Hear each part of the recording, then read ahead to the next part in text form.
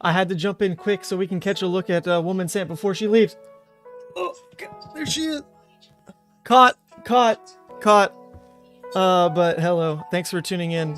She's never gonna hang out on that couch again. Thanks so much for tuning in. Today is gonna be hopefully a bit more manageable than these past streams trying new heroes for like basically almost the first time live. I do love me some Dromai. I love me some Mara, and now we've got best of both worlds all together with today's gameplay, hopefully. So I really do want to focus in on the games a bit.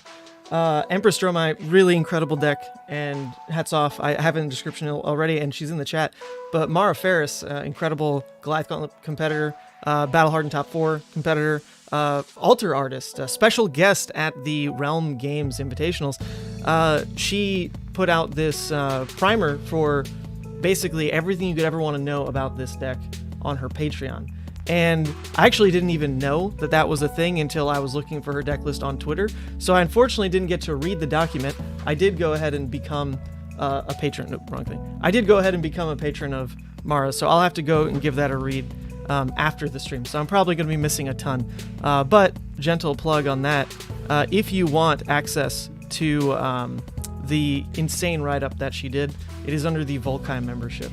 So for $10 a month, I mean, this is a very insanely good player with so much knowledge. $10 is way too little for what you're going to be getting out of that, but that's how you can get access to this write-up. So gentle plug for that.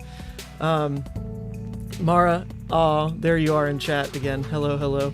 Hey, Ethan, finally caught one live. That's awesome, Defunks. Hopefully we're gonna do well today. Hopefully gonna do well. I'm not sure if I want to be on a more traditional Dromai this upcoming meta or staying on Iris Dromai. That's an interesting one. I haven't heard much talk about Iris Dromai this format, but let's see. The heroes that were added probably don't clear auras very well, right? You've got, I mean, there's Go Again built into like the assassin weapons, right? But if they're throwing their weapons at your face and then ending their chain link, or with, clearing an aura, then they didn't push that much damage on you. So that's interesting. They probably don't love clearing auras, but even so, I haven't heard many people talk about that. But we'll see. On screen right now, we've got a little art project that unfortunately I didn't commission Mara for. I got someone else on this one. I am doing some overhauling on a bunch of graphics for intros, transitions, a bunch of things for like the stream itself. And part of that was to redo my little signature thing, just to make it look more Leviah. So I'm really digging this. Props to the artist who did this for me, who you can find over on Instagram. I don't want to butcher his name. It's Ray of Sand. Instagram. It's Ray of Sand. I actually don't know his real name. Let me look it up real quick.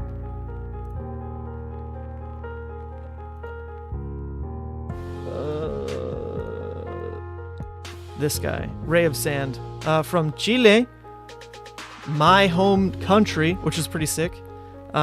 Anyway, very, very cool person to have worked with, very good artist, and he's helping me with a bunch of stuff for Leviah, a playmat as well, which is upcoming. But anyway, what's up, Dylan? Vambrace has to be a problem for the ward cards, right? For the ward cards. I mean, probably. I don't think Iris Dromai is really worrying about running the ward auras, though.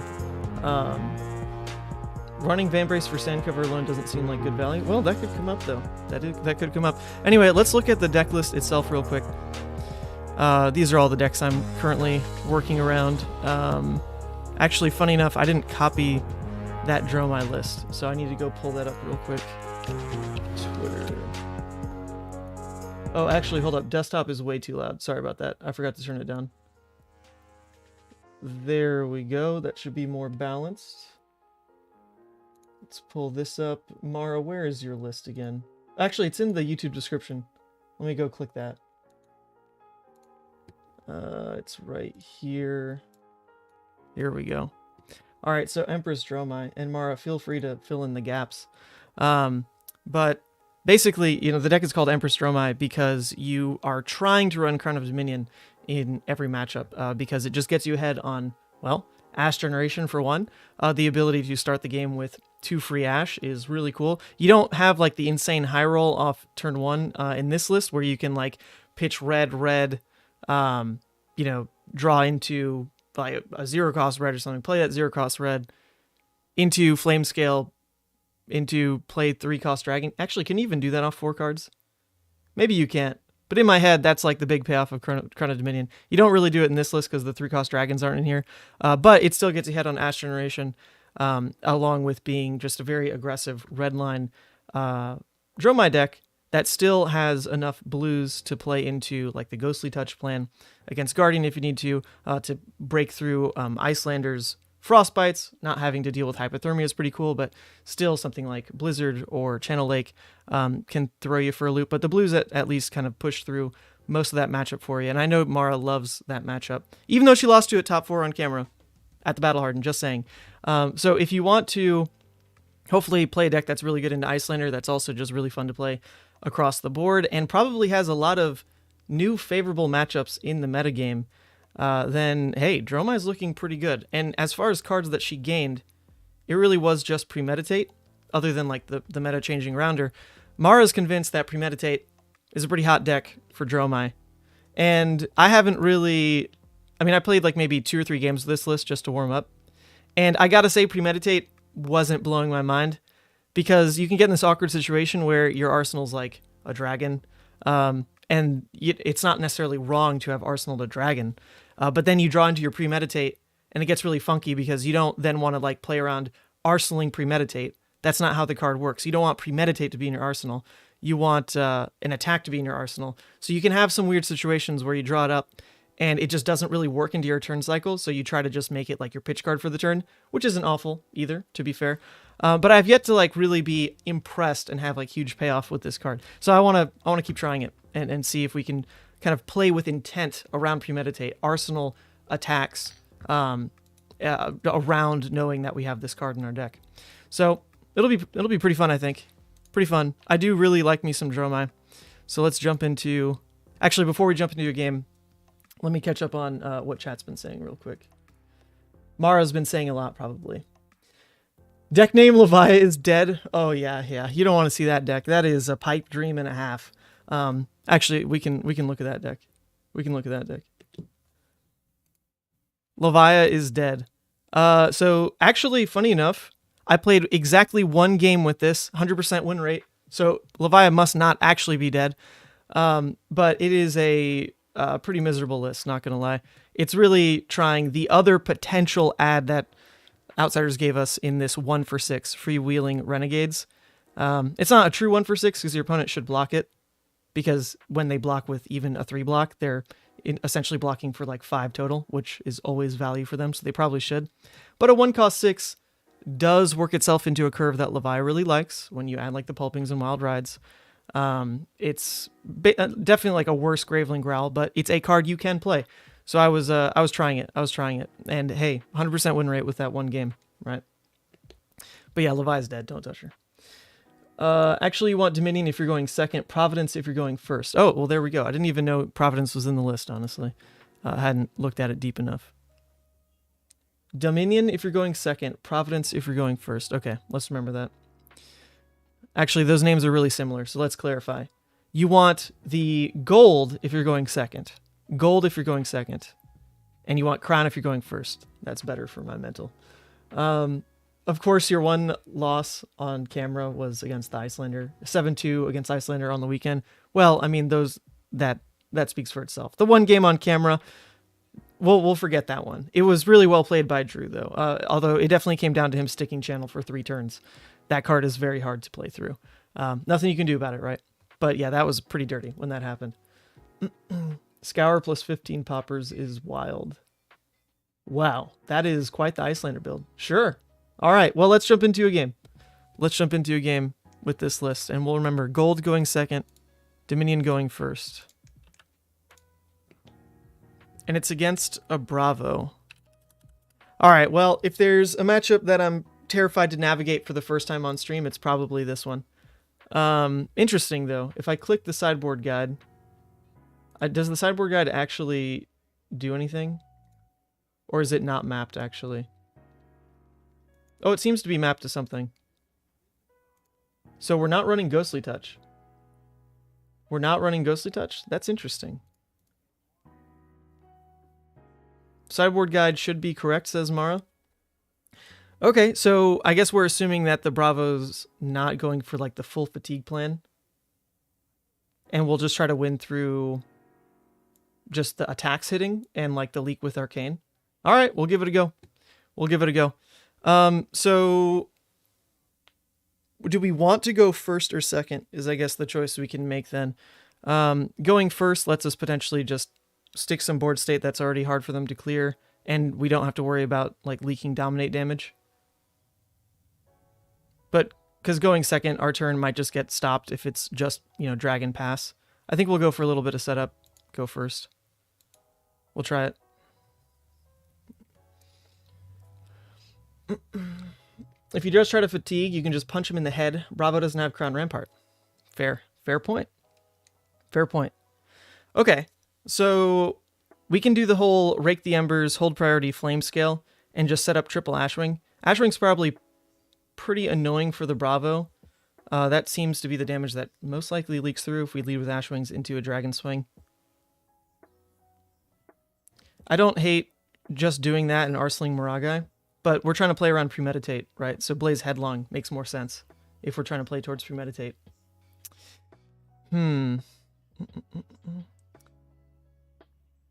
think Miragai is still more important to build up to. I don't think I'll convert all the Ashwings, but we're going to try it this way. We'll just convert 2 and then pass.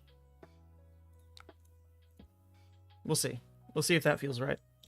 Ah, but look at that punish. We did just draw Premeditate. So that's already the awkward choice of putting a dragon in Arsenal does bite us. And then, of course, it's Command and Conquer. So maybe it didn't matter. Maybe it just didn't matter. Because I'm not going to give up this Miragai. There's no freaking way. I can't even sync this. So I guess Crown's just gone already. So that didn't super matter then. Didn't super matter. Okay. Well, we've got an easy pop off with Scar, Blaze, burn them all.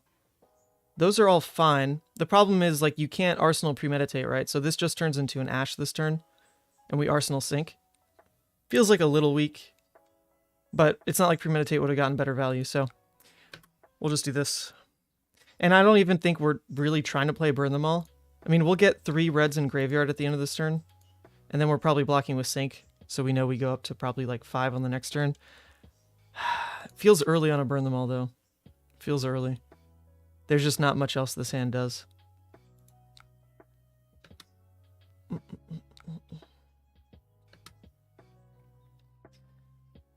I think we'll just toss it. I mean, we filled the graveyard with 2 reds alone right here. And like I said, we know the sync's going to get stuck. Or probably going to get played out, rather. Burn them all's probably only getting us 3 to 4 damage if we play it now, though. 3 to 4 damage. It just seems so card efficient to not play it. And we're trying to burn them down, right? Like, it's just damage. It's damage when we know we have it.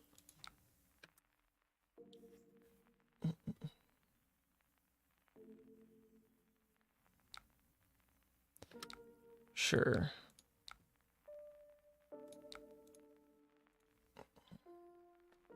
Oh, okay, now we've got some synergies going. I actually should have thought about that. Burn them all should have hit... Well, it wouldn't have mattered on this turn. But burn them all could have hit a Scar, in theory, like if we only had, 1 attack in there. And then Nourishing would be live. That's kind of cool. Gotta track those kind of things. But now we've got Spinal Crush coming in. Well, the Nourishing's not live now, but if we want to keep it in Arsenal, it's probably live next turn. I don't want to block with this burn them all. I'd rather keep that in deck right now. Wasting double sync feels a little weird. Maybe we do just give up the Nourishing. It's a bit too greedy to keep, and that way we can go Nourishing, sync the burn them all, and just go with an E-Strike play. I think I like that better.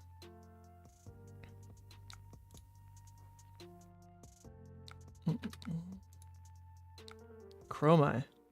Okay. Interesting. Okay, so since we're trying to just burn down face, we probably aren't really setting up some kind of Dromai pitch stack. But we do have a Miragai 1 card away. So if we're going for a late game, E-Strike bottoming the Dromai starts to look pretty nice. I just don't think that's how we're trying to play the matchup, right? So instead, I think I'll just go Dromai, swing, E-Strike, draw a card. That's just the highest value.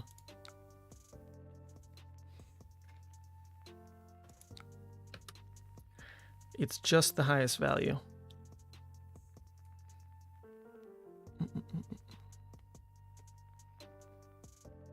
You'll be surprised how long you can keep Burn Them All in this deck. That's actually, yeah, it's fair, right? Like, look how many reds we just dumped in the graveyard in just one turn cycle. It's a good point. Now it's looking interesting. I think it's too greedy to just swing Ashwing and miss 5 damage. But they pitched a blue on Pummel, blocked with an Erase Face. So their hand's probably really inefficient, so they don't mind tossing one and then just a Nothos clear like a dragon that I might set up. Yes, I'm not going to swing the Ashwing. We'll just go draw a card. Moraga and Arsenal again. Alright, let's not face down another CNC, please. E-Strike draw card is the most underrated mode on the card. You see so many people just end of turn, 7. Let me tell you, if you convert it to a 1-card 5, reset Arsenal, when you know your deck is like pretty reliable to not miss on having like a good Arsenal, God, that is just crazy. 1-card 5. And you get up a card. That's like normally 8 value. Very good. Okay, so now we're looking at a turn that... Well, you love those pitch curves where you can just go like start Moragai, pitch another Flame Scale like CNC, and that kind of becomes the turn. It means we need to keep 2 reds for it. The Moragai means we're safe to get the Burn Them All off. This doesn't matter. Is that really the best use of this hand, though? I think it is, because we don't have a 0 cost to start with the Flame Call to really make that the play, where we go get the Phoenix, pitch the Phoenix, and have CNC go that way on a 4-card. So I think I'll go Moragai into swing CNC. We need to pitch 2 reds for it. I want to keep the E-Strike and the Flame Call, so we'll get rid of this. That seems fine. This Crush effect doesn't actually matter, right? They can't play attack action cards. Yeah, that's fine.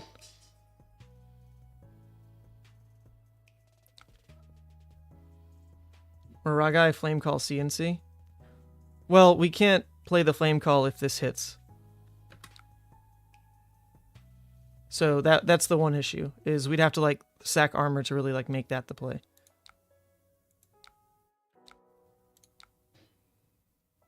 So I don't think I wanted to do that.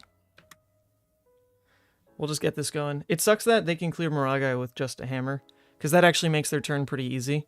Oh, it's not easy anymore. Now they'll have to sack equipment into the Command and Conquer. But normally if they just like block like 1 here, and then I CNC, they can block with 2, and then hammer kills Moragai.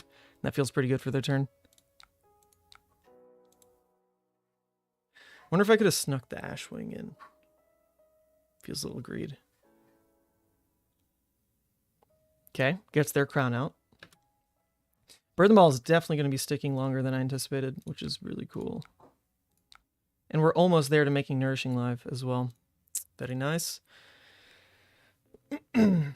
Alright, we have the literal exact same 4-card hand, and we're going to get to keep it because they're going to kill Moragai. Love it. Love it. So actually, I wonder now if it's more worth it to... Well, no, because they just use Crown, so playing a CNC is pretty high value. But sticking Moragai Kyloria also sounds pretty good.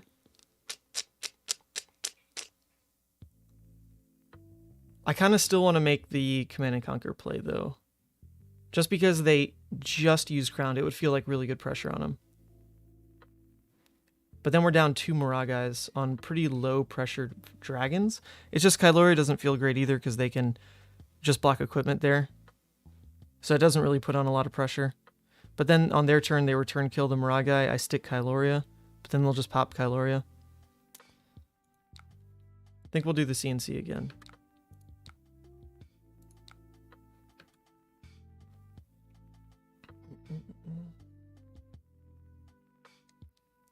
I'm surprised the damage looks this way.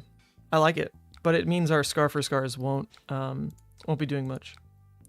Although the way they're they're pitching in really makes Command and Conquer look juicy. Like, they're trying to respect the burn them all a lot. A lot.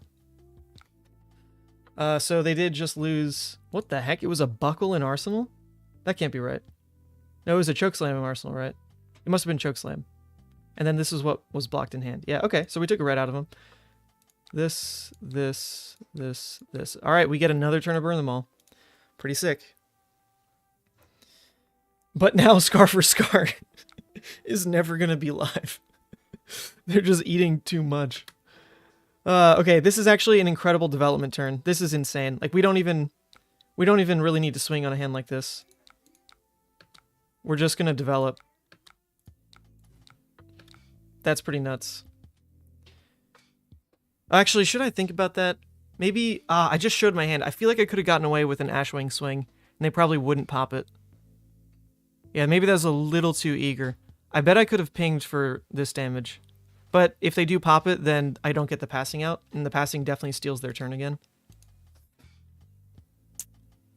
Hard to say. But we did just draw into a Chromai, which will punish the fact that their turn is probably just clear passing.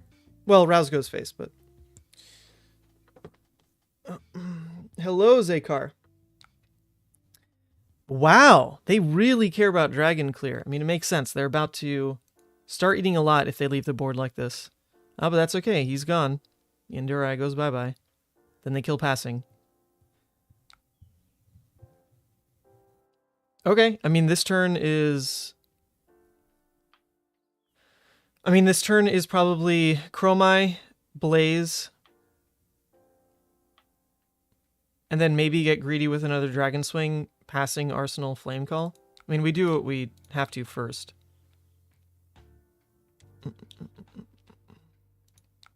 I hate swinging these dragons without burn them all. Feels like they won't do enough.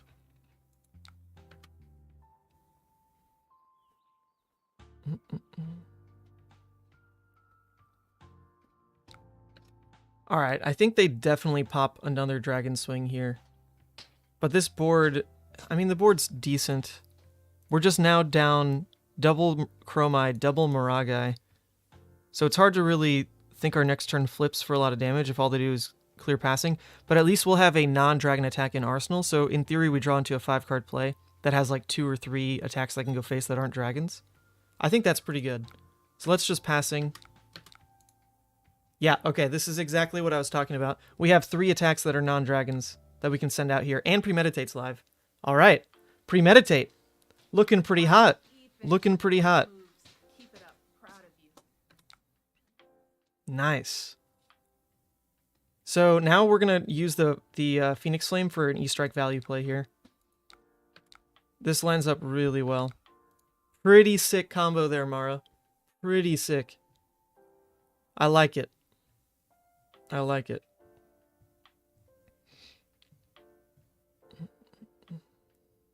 Ponder Run? I've heard that before as well, Rada. I think it's super funny. I like it. It makes sense. Ponder Run. All right, we get the card draw too. I don't know. Oh, well, it's a Ponder. Actually, it's a Ponder, so it's not the exact same, because then it makes our Snatch less value. That's true. That's true. Okay. E-Strike next. We say go again. We have one more E-Strike that we're likely going to use the snaps for. We don't really need to use it here. We've got the one E-Strike we pitched, but it just got shuffled because of the Flame Call. So on that last E-Strike, we want to be sure to look for the value plan snaps. I don't think we needed it this hand. Wow, I'm so greedy here. I want to swing with an Ashwing. It just doesn't make sense to. Just snatch. Well, does it? If I swing with an Ashwing and they do pop it, that's one more card out of their hand, but then their turn is just kill Asvali. I'll flame scale the Snatch. The Ponder goes in Arsenal. Compared to throwing Snatch right now, which takes 1 card, probably deals 1 damage. I draw off Ponder. That goes in Arsenal. They're still down 1 card. Their turn is kill Asvali. So it's really like, do I want to keep the Ashwing or not? I think everything else is pretty equal. We'll keep the Ashwing then. Just go Snatch. And, okay, this is another thing. It's always nice to leave opportunities open for your opponent to misplay. That's definitely a win, because we already had Ponder. And I don't think my opponent realized that, which is cool. And we got another Snatch. Nice. Okay, so now Snaps actually has its own value play here, and Premeditate's live again. Good God. Good God. That is amazing. Okay, so what Premeditate's doing is it's letting you use like one turn of advantage to catapult like again and again into 5-card hand, 5-card hand, 5-card hand. That does feel really good. That feels really good. It lets you take one 5-card hand and really push it again and again. As soon as you've got the first one going, it's easier for you to rip the second Premeditate. I mean, this is crazy. We're going to get 3 5-card hands back to back to back. Not to mention the dragons that were on board. Very cool. Very cool. I like that a lot. I like that a lot. I don't think we want to show them it's a Snatch in Arsenal yet, so let's see what they do on the Blaze Headlong hit here. Because this is kind of, we can get tricksy with this. They don't really know if we've got the +3 coming on this turn yet. So now that they're blocking this way, it's more likely the Snatch does hit. I wonder if I want to punish like one more time. If I go this Snatch, they probably block it with a 3 and a 1 here. I snaps it. I go Skittering Sands, try to swing that Ashwing and hope that they don't pop it into this last Snatch for a huge amount of damage. No, because that leaves this Snatch potentially not actually firing off if they pop the Ashwing. So let's do this one right now. This one right now. Because this, actually, the smart thing about this as well is it demands more cards from hand. So they probably run out of poppers like on this exact attack. Yeah, so he didn't even realize it was a 7. We're going to snaps it. Here we go. And we got to burn them all. Ooh, baby.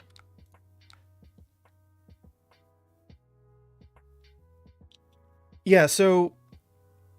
Oh, I'm torn again. Like, we know they have a CNC in hand now. But, like, we have to throw it, right? Because burn them all is just putting them on too good a clock. So, yeah. I mean, we're inefficient with the Ponder again, but at least we can flame scale the Snatch. Man, that feels so good. That's incredible. Watch us rip into another Premeditate.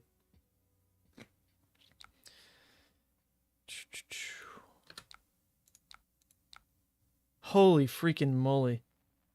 This deck is fire. It feels so good to play these hands. Well done, Mara. This is really well done. Incredible. Incredible. Well, my opponent just, like... Unfortunately, we did run into a hand where they probably get a real turn again, because we don't have any, other than the Dust Up, any real attacks. So that gives them some room. It definitely gives them some room. So because of that, I think we'll just use cards in hand. Well, no, we could just develop board state then. We can develop board state. Because Chokeslam doesn't matter. Let's just take it. Let's just take it. We'll develop board here. No reason not to. So we'll go for, at this point, they've still got 2 armor blocks for the Kylorias. Dust Up's probably going to eat one, so I think Kyloria Yandurai makes more sense.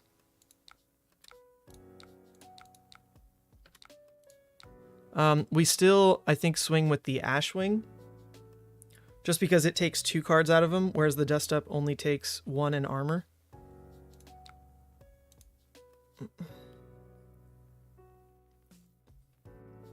Busted deck. Busted deck. Could you post the list in chat? Rita, it's actually in the description. It's in the YouTube description, and on top of that, if you want like a full write-up for how to play this deck, Mara's Patreon has... Mara, you'd know how long it actually is. But it is a very long write-up on how to play the deck. So hopefully between that write-up and the gameplay we're doing today, you'll have a bunch to pull from. Because unfortunately, the games caught on stream with Mara, one of them was a lost Iyslander, which you shouldn't pay attention to. And then one was a... I feel like that other game was a stomp. I forget what it was, Mara. Forgive me. I feel like the other one was like an absolute stomp. I could be wrong, though. It was a long day. It's a 21-page document. Hey, that sounds like a good read to me. Okay, so see, now we've got... Oh, this is just so fantastic. We've got a lot of pressure we can put on in the form of non-dragon attacks. The issue is we actually do want to weave in a dragon attack because it for sure pulls 2 cards. We just don't have a way to make the CNC land then. Because if our turn is just billowing into CNC, that's only 3 cards out of them. Whereas if our turn is billowing into dragon, that's still 3 cards out of them. So I think we're just going to go for board state development again. And just swing little, because it still demands 2 cards. And then we'll keep the billowing as a enabler to go wide. I think I like this. This could punish if they're stuck on a lot of red, so it's probably worth it to swing Asvali. Asvali is kind of like a critical mass thing, though. If we can get like 4 arcane pings going in a turn, it feels better. But I don't think that's going to be the case. So let's swing Asvali here. So I'm trying to save the billowing because I want a turn that puts a lot of pressure on from non-dragon attacks. So I don't mind being card inefficient here. Just because we know that we've got a go again here. And we've got a like chain ender here. So we're looking for like, you know, the other E-strike. We're looking for like the blaze headlong, the other flame call. And that'll be enough to end the game. Should.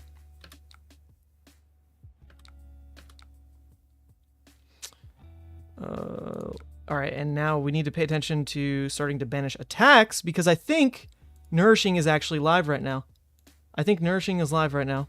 We did it. Wow. Okay, so this is the exact hand we're talking about saving. We win here. So good. So good.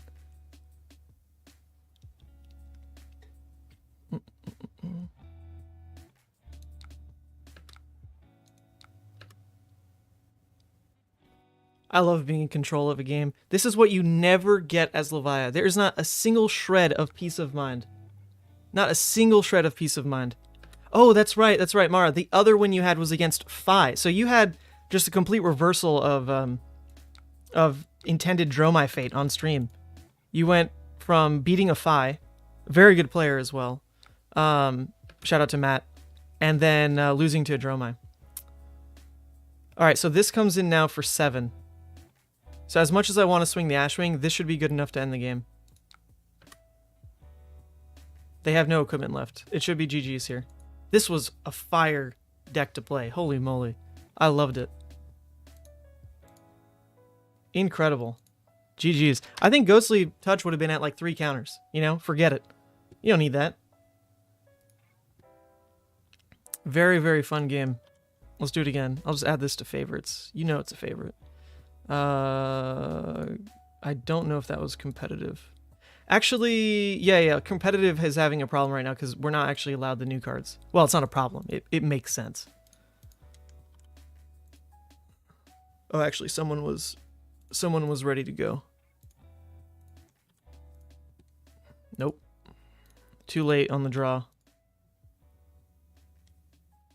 Okay, come on. I mean, let's do it. Who wins? Nope. Oh,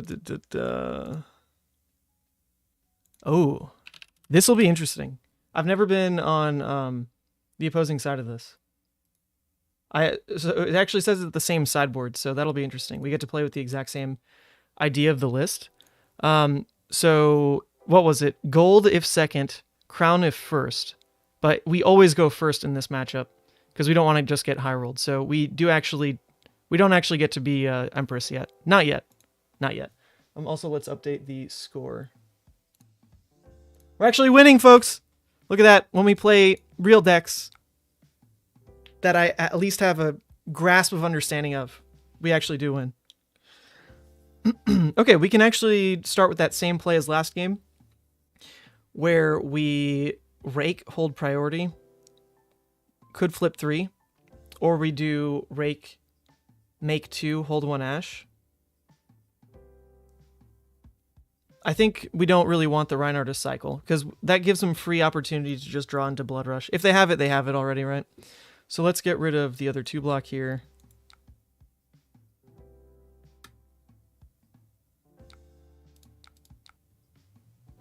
Burn them all probably gets really high value, but they're on low armor, so Dust Up could be cool.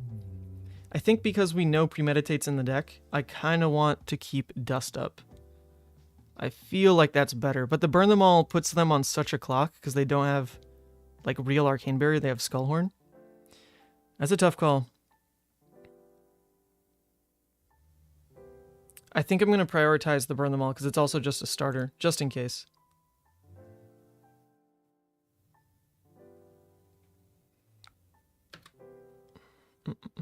But if we draw Premeditate, I'm going to regret this. Okay, no regret.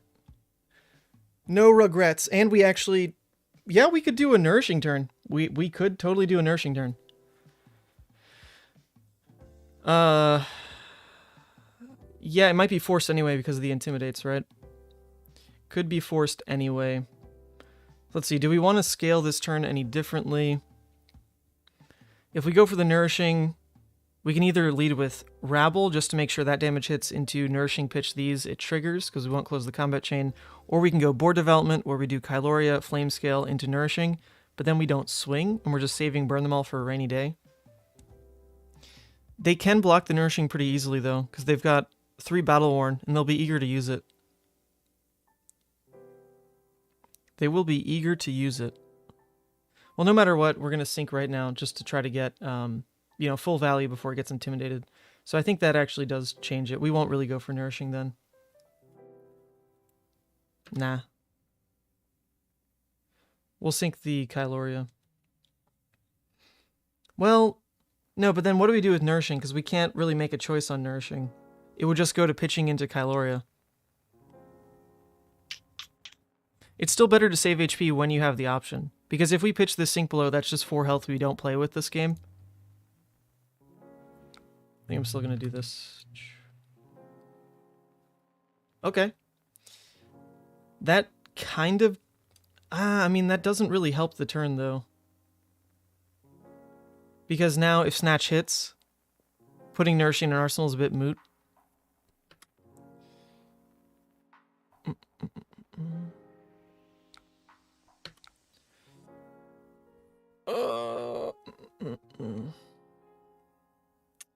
I actually don't like that sync. I don't think I should have done that. I don't think that worked the way I wanted it to. I mean, we could go kind of crazy for the Quicken on Snatch. I don't think it makes sense. But there really aren't hit effects in Rhinar, so if we're trying to do it, you know, 4, 5, 6, 7... Oh, that doesn't even work, because this isn't a 3 block. Nope, so we just take it.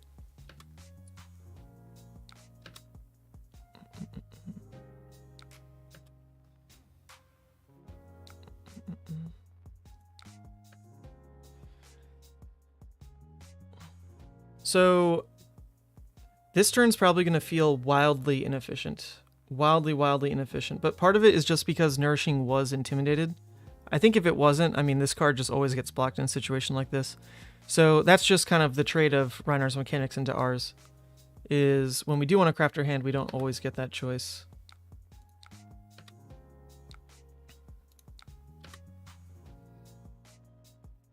They're probably going to pop this, which I don't really hate. Oh, they didn't. Oh, well, I guess they're still deciding. They took the Arcane more than anything.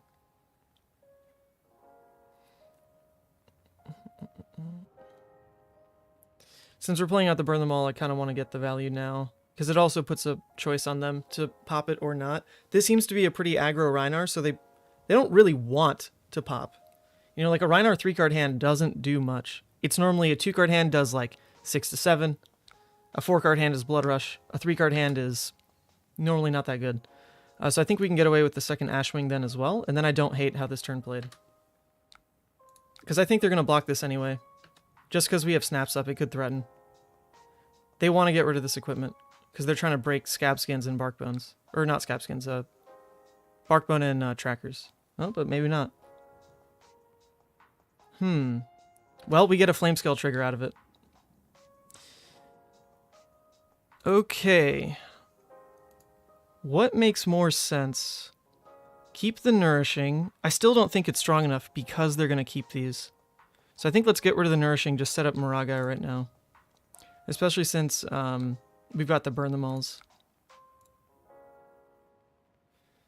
Interesting. That didn't leave us open to a potential Premeditate line, though, so I wonder if that's a consideration. Because Premeditate on a Nourishing Dominate sounds really strong. We didn't draw it anyway, but just knowing that that line is in the deck maybe puts us more towards Nourishing. Sorry, I'm like very in my head about Dromai. I love this hero. I think she's so fun to play, deeply complicated. And you always... There's almost no autopilot plays with Dromai because so much of her deck is red pitch, right? So it's not like, oh, I drew blue pitch, 2 cost, 1 cost, like that's my turn. She's much more dynamic than that. I love the amount of choice per turn cycle. So I'm not reading chat right now, but I'll catch up in a second. All right, since we know we have a Miragai, and we're actually up on a Nash, we can go Miragai, pitch, Flame Scale here, Kylori and Durai. That's a pretty sticky board. I think we'll likely try to make that play. Just set up a big board to punish the larger hands that they want to keep. I kind of like that. They discarded Skullcrack. I don't think they really worked that into their turn cycle, so it shouldn't be a big deal. Let's just eat it. Let's eat it. What's up, Tyler?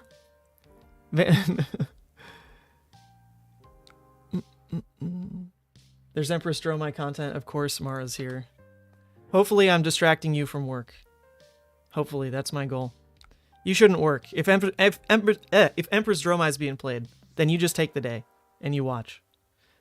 That's like my awful habit when I watch some other content. Is like it is so fascinating to watch some other decks play that I'm just way too distracted. Like it's not background noise. It is my full attention.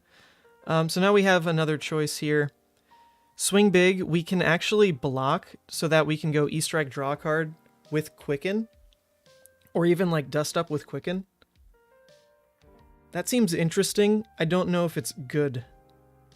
It seems interesting, but not good.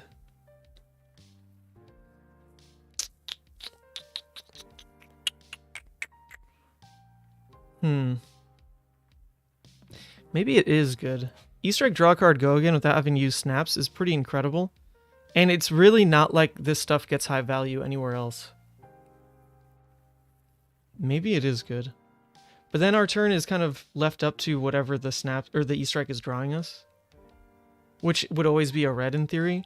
So basically we're going to block with like Yandurai, right? Plus these.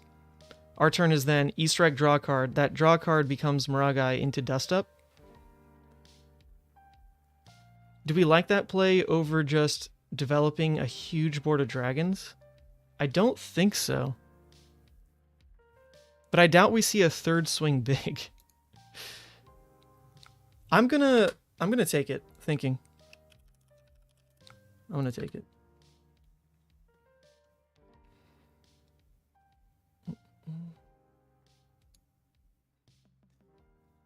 My only worry is that in a situation like that, we could have saved a lot of HP and potentially, you know, saved ourselves from the next turn of them having like a Blood Rush that we can't block, right?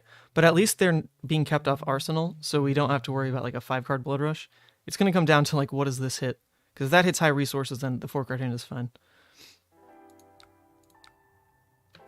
I think I do really prefer this line, though.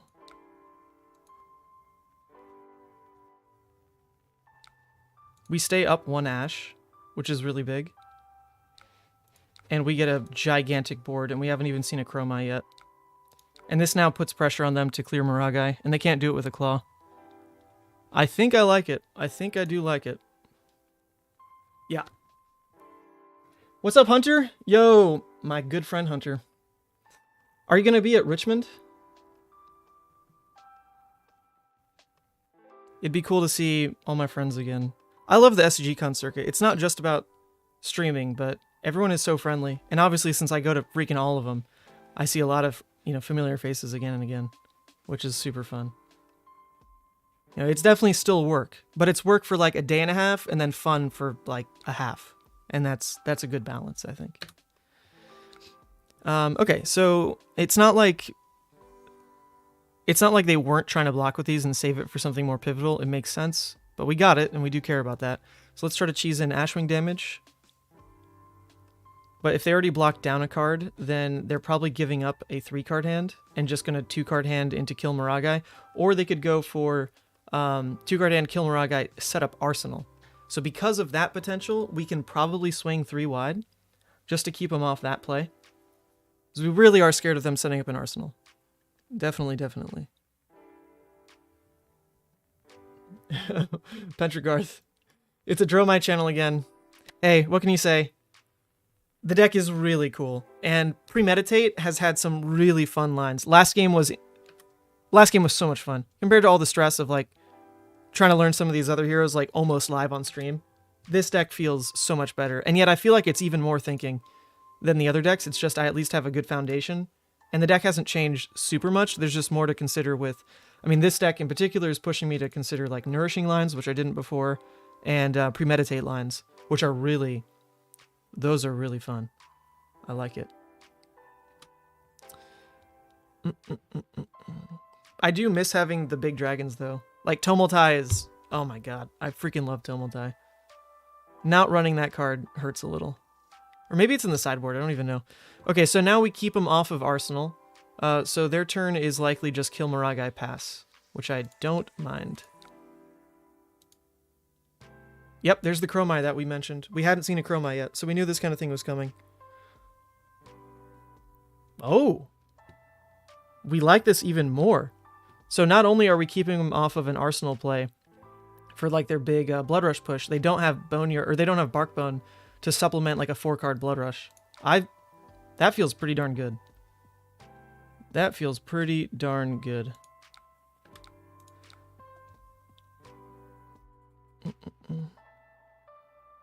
I think we'll just lead with the... I mean, we always lead with the Chromai first anyway, to be fair. There should be a turn, though, where they just start saying no blocks to dragons because of a Blood Rush hand. It's not going to be this hand. Not going to be this hand.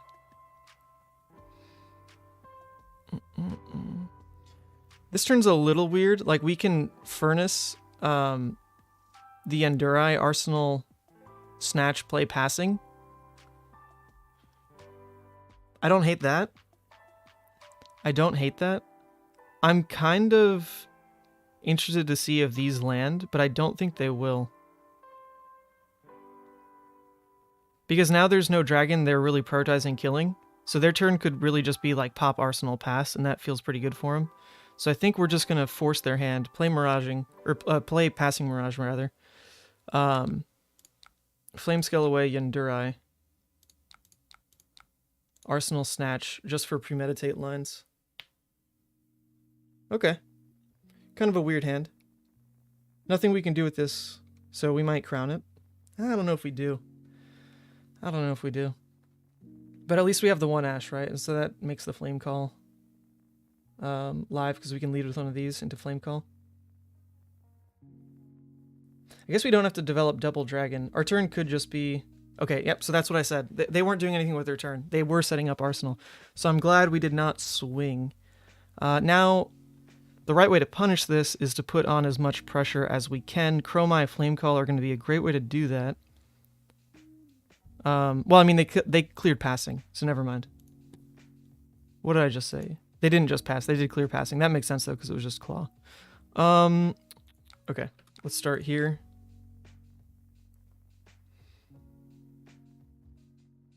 I don't mind Flame Call now. But then what is Phoenix even doing? Phoenix would just be to, like, play out for 1? That feels really bad. I guess it would just generate extra Ash. And that's not awful, because we are a little bit low on Ash. The problem, though, is if we pitch Passing Mirage for Flame Call, we wouldn't actually get to pitch the Phoenix in, because we'd already have the floating for Flame Scale, so we can't really get rid of it if we pitch on Passing. So I think we're forced to pitch on Invoke Azavali here. I don't hate it, though, because there is a world where, like, Chromai doesn't get popped, and then we can just drop Passing and still do our turn, which is kind of interesting.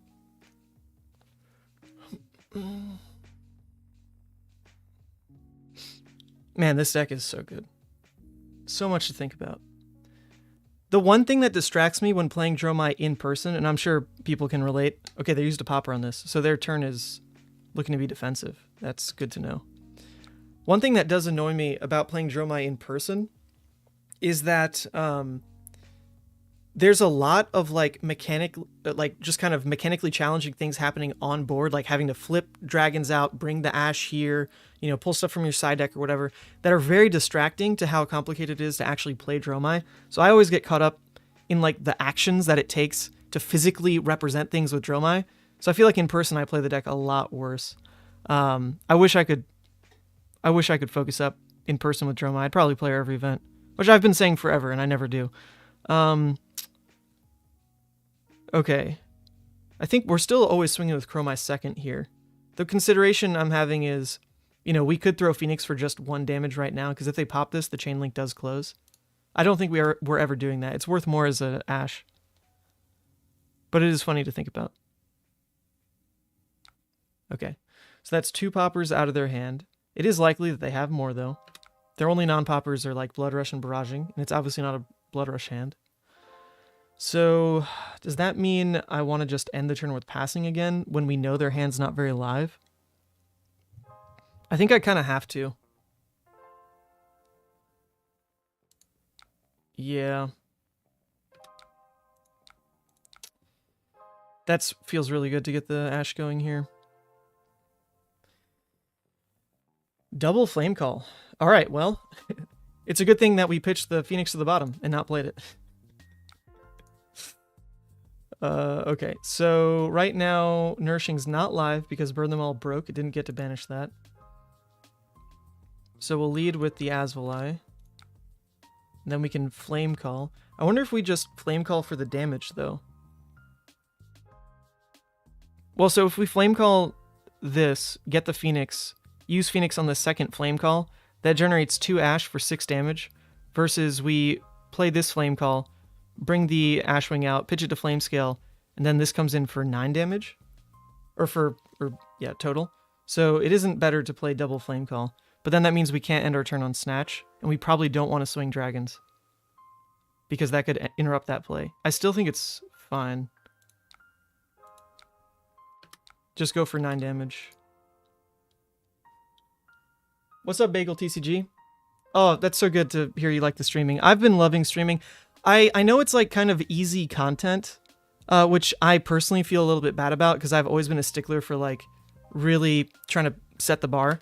But I think it's okay. People understand.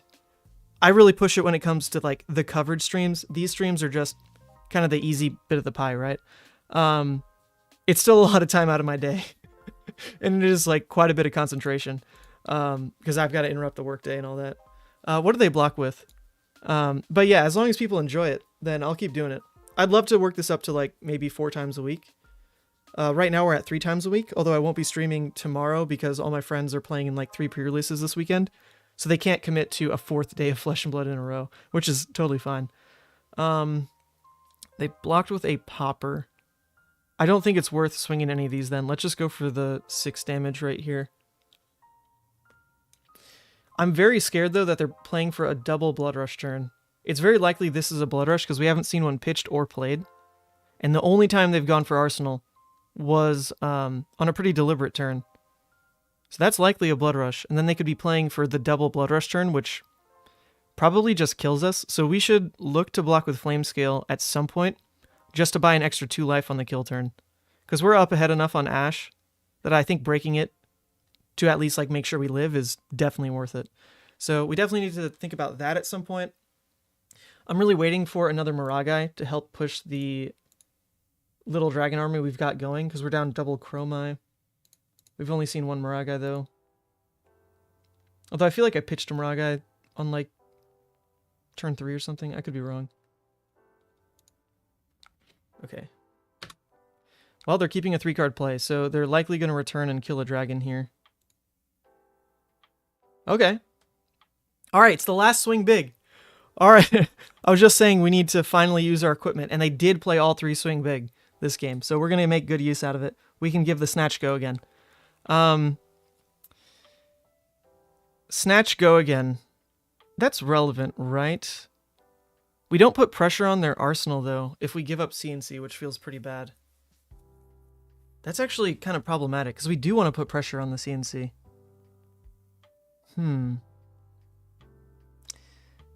I don't know if that's right, then. I mean, we could... Yeah, it's hard to, like, pivot this turn into something else, though. We get the Quicken, that's Snatch go again. I guess it could even be, like, CNC go again, but we're not going to lead with that, and we're not going to not develop Maragai.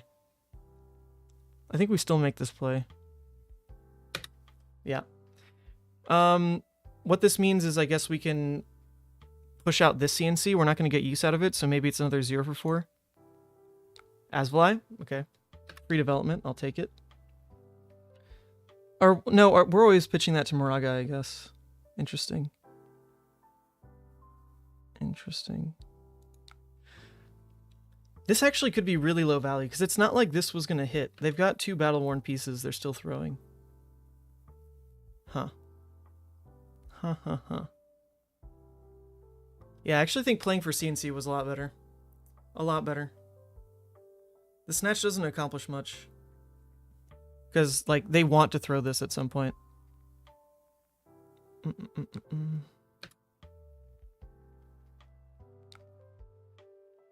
So, let's throw our non-dragon damage first.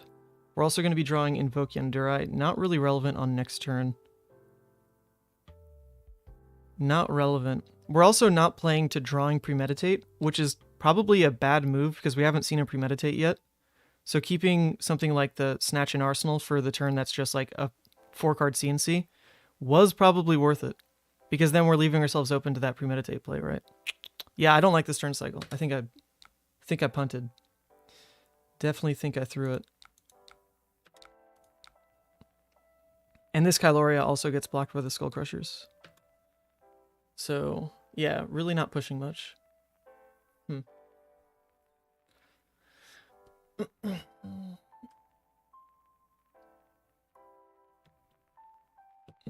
Snatch, Ravenous, Invoke Maragai, attack with Kyloria. Yeah, Ray, I mean, that's the line we're going for. The problem is they had the 2 battle-worn pieces exactly lined up for that. Whereas if we kept the Snatch in Arsenal and play for the, like, Maragai into CNC line, that still gets us a free Dragon Swing with Kyloria into CNC, which puts pressure on their arsenal to hopefully, like, eat these kind of things before they come up easily for their breakpoints here.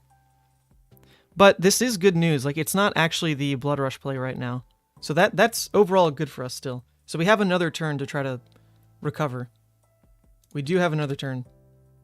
Very big. Very big. Yeah, I think because Premeditate is in the deck, you strictly make that other line. You just have to make that kind of call. Not even so much because of CNC, but like you don't want to punt what Premeditate can give you. Premeditate gives you 5 cards into 5 cards, and like you don't want to throw that. You definitely don't want to throw that.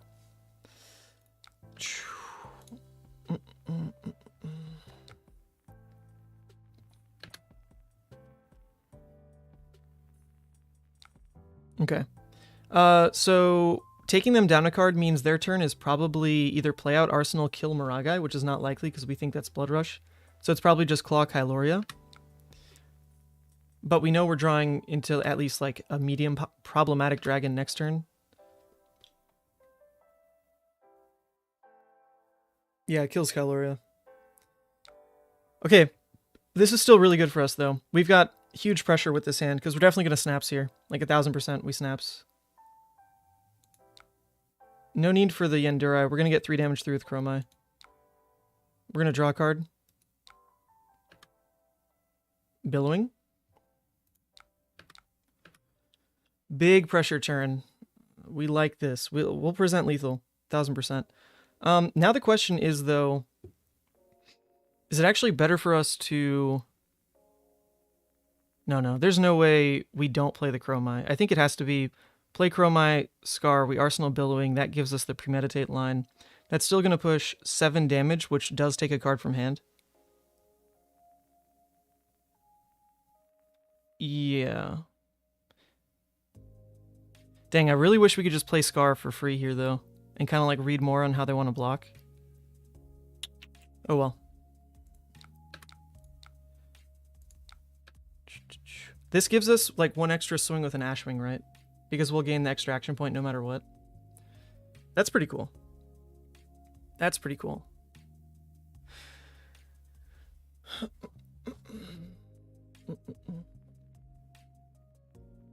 Dromai would have given you the action point because he's got Miragai back up. Actually, very fair point. Very fair point.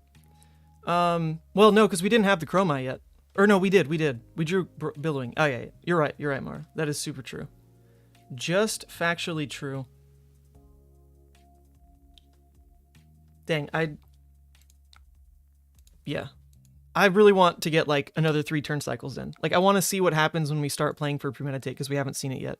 But I think the game's likely going to be over before that. We're either going to, like, gloriously die next turn because he sets up double Blood Rush, or not.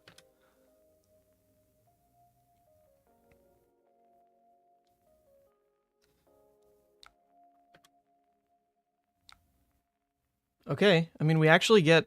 We can swing with every dragon. We really could. I think this is bad news from our opponent. Like, I don't think they should have done this.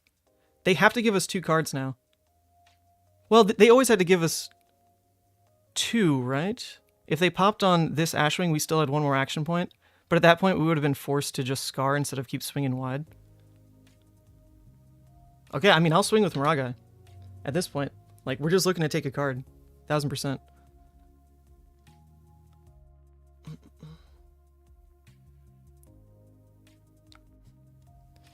Okay, so that definitely interrupts, like, their Blood Rush. This makes it even worse for them.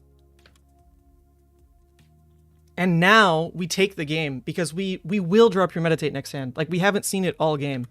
We haven't seen it all game. Like, we will draw it next turn, and we're ready. What? What? Come on, where's this busted-ass card? It's just not in the deck. It's just not in the deck. I swear we didn't pitch it either. I don't think so. Yeah, so it was Blood Rush and Arsenal. We did know that. We did know that. We called it. We knew it. We know how brutes play. I understand. Flame shuffled the deck. Ah, that's such a good point, Ray. That's such a good point. I totally forgot about that. How good does this feel, though? Their Blood Rush converts into killing board. And we have a turn that kind of ignores dragon pressure anyway. Whew!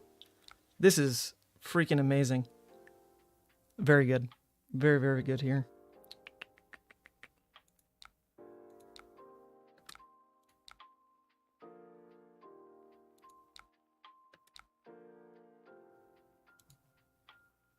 Pretty insane deck. Pretty insane deck, I gotta say.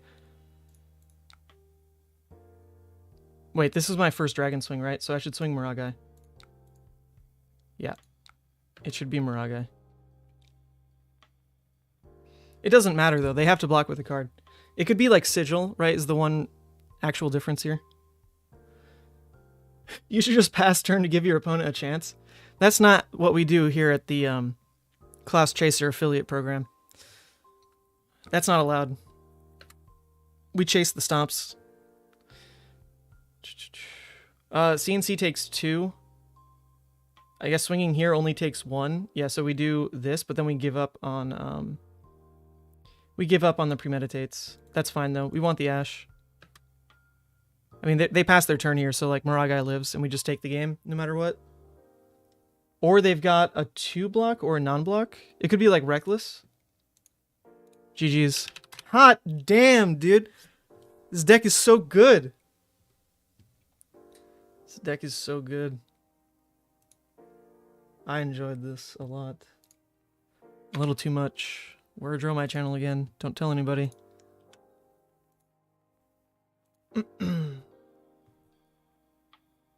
Dromai is too good. All right, this will be interesting. We do get to pick first or second here. I assume every time we want second in this matchup, right? Like, we have to. There's no way we just give the Phi second. There's no way. Actually, the one thing that I've found from playing against Phi is Wave of Reality is actually the difference maker. The games get so tight, as exemplified by the stream game Mara had against a Phi, that like the 1 extra life from Wave of Reality is pretty huge. The on-demand block with Gauntlet is good for like explicitly mounting anger. But I'm telling you, like that 1 extra life comes up huge. Oh, I think we go second, right?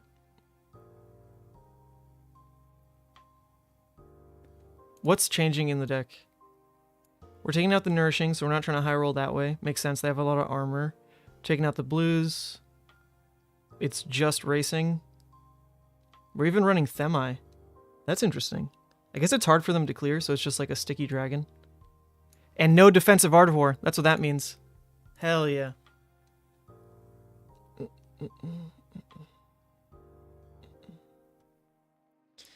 I don't know, man. Wave won, like, I think, like 3 PQs. I'm telling you, that card, underrated.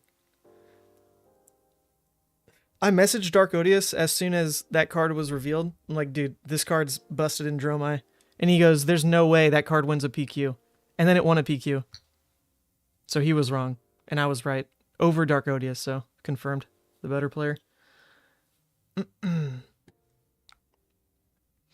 Okay, so we don't have a sync for the free flame scale activation, but we're going second, so the gold is huge, right? The gold is huge. When we're trying to play for gold, though, is Blaze ever that useful, or do we want to keep something like Themai and invoke Yenderai so that we can like pitch 2 reds and then flame scale and then actually make invoke? That seems pretty worth it. But if it's a race, burn them all should feel pretty good. I think we'll give up the Yenderai then, because it's likely we draw other 3 dragons, or the 1-cost dragons.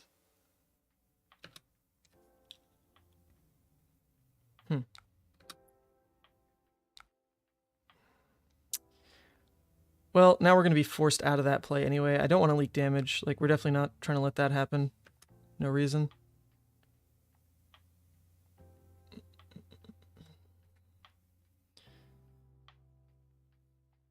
Have you considered the new legendary arm piece, the Vambrace of Determination, specifically for Fatigue Oldhim?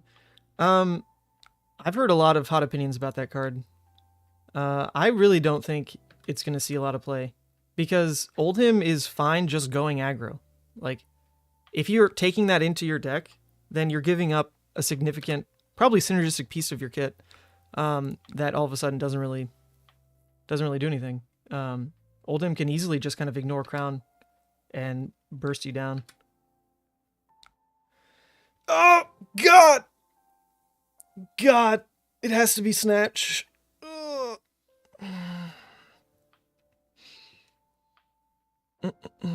Had to be Snatch.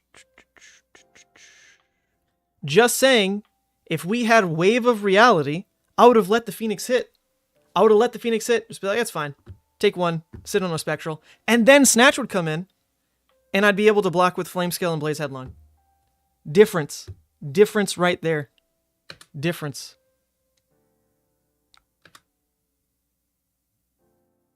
Hopefully they draw blue. Draw Minnowism, even with no blue in your deck. Go for it. Oh, okay. So we actually have that 3-cost play. We do. I think Themai's got to be worth it. Like, it is hard for them to clear a 4-health dragon. So I think we'll go that route. But then Scar for Scar is better for racing, right? Not necessarily. This is still 4, and it's a sticky 4, but it makes an Ashwing for them to use Mask with.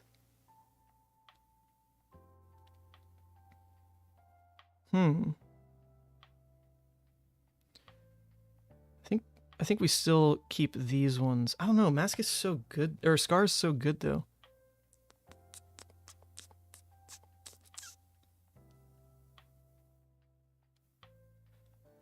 We'd be giving up Arsenal either way, so I think let's just be more resource efficient here, because we'll pitch these 2, draw a red, flame scale the red, go Billowing Themai. Yeah. I mean, this is if we draw a red, which I think maybe there's only reds in the deck. I don't know. Oh, wait. Am I bad? I can't flame scale. Oh, that's awful. Yeah, I actually can't flame scale because I haven't played a red. Uh-oh. This is awkward. Definitely looking awkward here. Interesting, interesting. Well, we've already punted the race, it seems.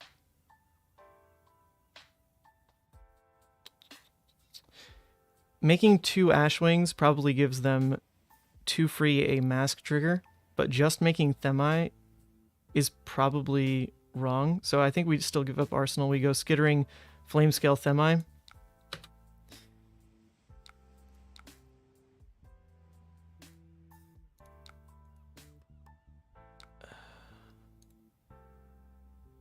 Just in case they pop it. Just in case. I do want to develop the board first. I mean, it's still 4 damage. It's actually the exact same amount of damage in board state that I thought was going to happen. So it's not really different in that regard. Just developing Themi plus 4 damage. Whether it was the Billowing or the Scar. Well, Scar actually would have been objectively worse. I think it's fine. I mean, it's actually the exact same outcome. 7 damage play. We're Ash plus 1, and we knew we weren't going to have Arsenal, really. So we're shuffling. This doesn't really matter. This seems like the kind of hand we want to try to keep. Will that happen, though? All right, so they Themi snaps. Well, get that out of the way. That's 2 snatches gone.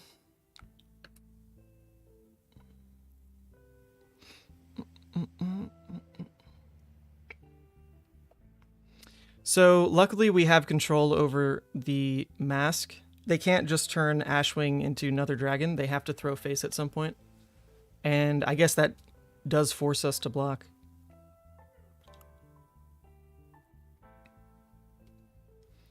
Hopefully it's a little thing. Like, I'll just throw the Rake the Embers at it. Oh? Oh. They just played a this rounds. Interesting. Interesting card. Well. I wanted to try to keep this 3-card hand. It was going to be the most damage we could output. Now I guess, like, we just keep this Ravenous as well. So do we really give up Break plus Flamescale on the mounting? I think we do. It's not like making the Ashwings does anything, so this is the card we block with this turn. It is, it is. It could be like an Art of War react, which would absolutely suck. And if that's what's going to happen, it's going to happen. If it's a race, I have to make this kind of play, though. And if it's Art of War, it's Art of War.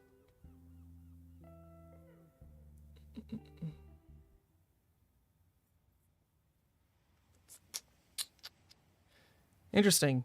I mean, this should be a lot of pressure, though. Because this guarantees that, like, Chromite and the Ashwing will swing. And Burn Them All starts sticking. And, I mean, we're loaded on reds. Definitely hurts to lose these. Make them go from 4 to 3. But it's not like he was going to block anyway. So we actually just Arsenal a Rabble then, right? We don't play both Rabble. There's no reason. There's no reason to play double Rabble. We'll just play one. And try to leave ourselves open for Premeditate. Wow. They're running E-Pot. Things are looking interesting here. The only problem with making this play is we're going to be stuck without Ash. I think that's fine. Oh, actually, honestly, the first thing we should do is play the Rabble. Just in case something changes, it gives us more information on our turn.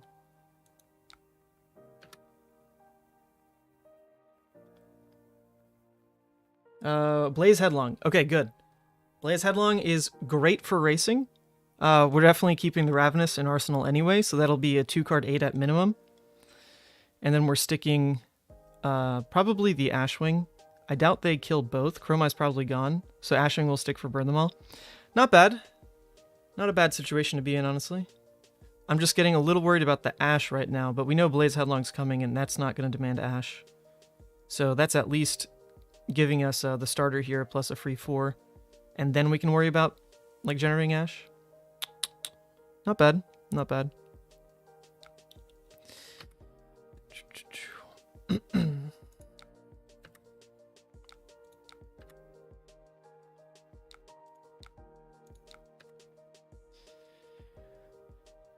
That was a very strange turn from our opponent. Very strange turn.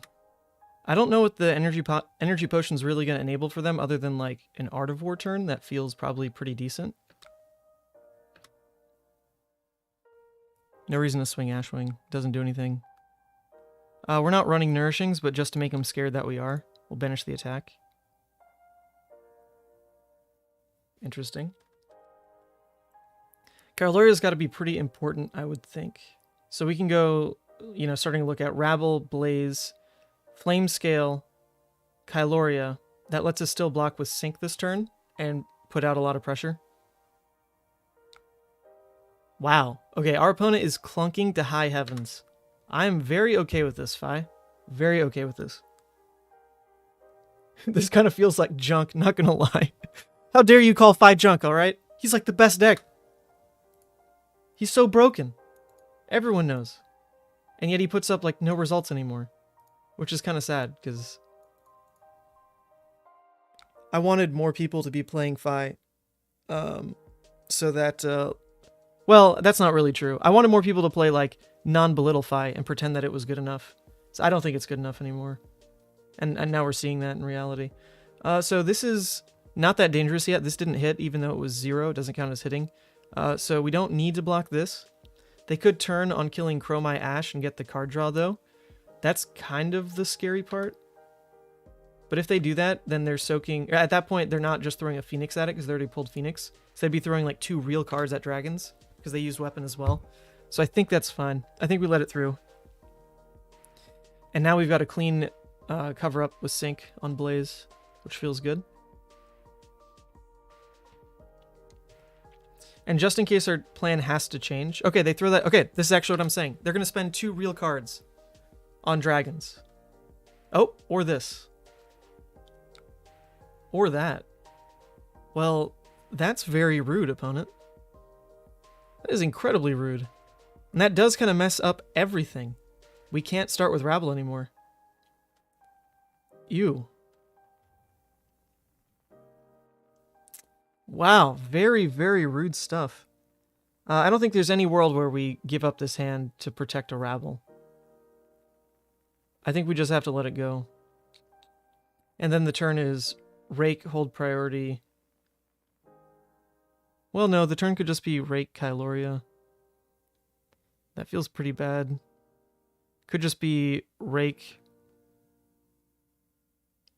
convert, maybe all 3, throw Blaze. That feels really weak, really weak. Everything kind of got thrown here. Maybe it is, what if we block with Kyloria? Kyloria, Rake, and like Gauntlet, and then our turn is at least this, Arsenal Sync. I think we have to make that kind of play. Any other play is really low value. So if we do this, we still throw 10 damage and Arsenal Sync, and we don't actually build into any kind of board state that they can abuse with Mask. That feels so bad, but I think we have to do it. It's the best math on this hand. Best math on this hand.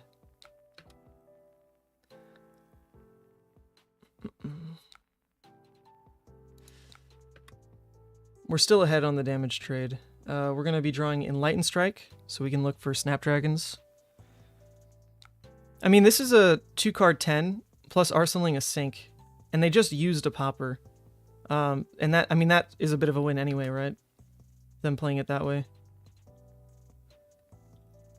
I'll take a 2-card 10. Like, that does beat what Fi can do. We really give up our equipment, though. But they already used... Here's the other thing. They already used 2 Snatch and a Mounting. So with how fast we're trying to play this game, the 1 block left on Flame Scale plus the clean 4 that we have on the Sync is probably good enough. Like, that really builds us enough of a safety net to not worry about, like, the one last detrimental hit effect, I think. Let's keep him scared again of Nourishing. Okay. I like that, actually. I did like that. I think if we look at the resources spent, that is still a huge win for how it plays out because of these things. And we only have 1 dragon, so it's easier for us to play around Mass Trigger.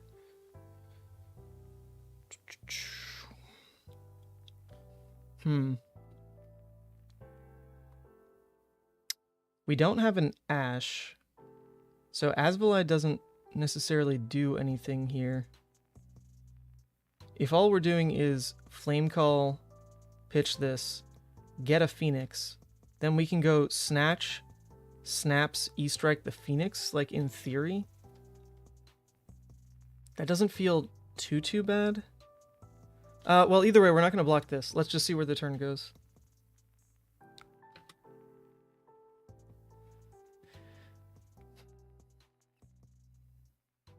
Oh, but this wouldn't actually search. This wouldn't search for Phoenix, because we'd have to play a red first.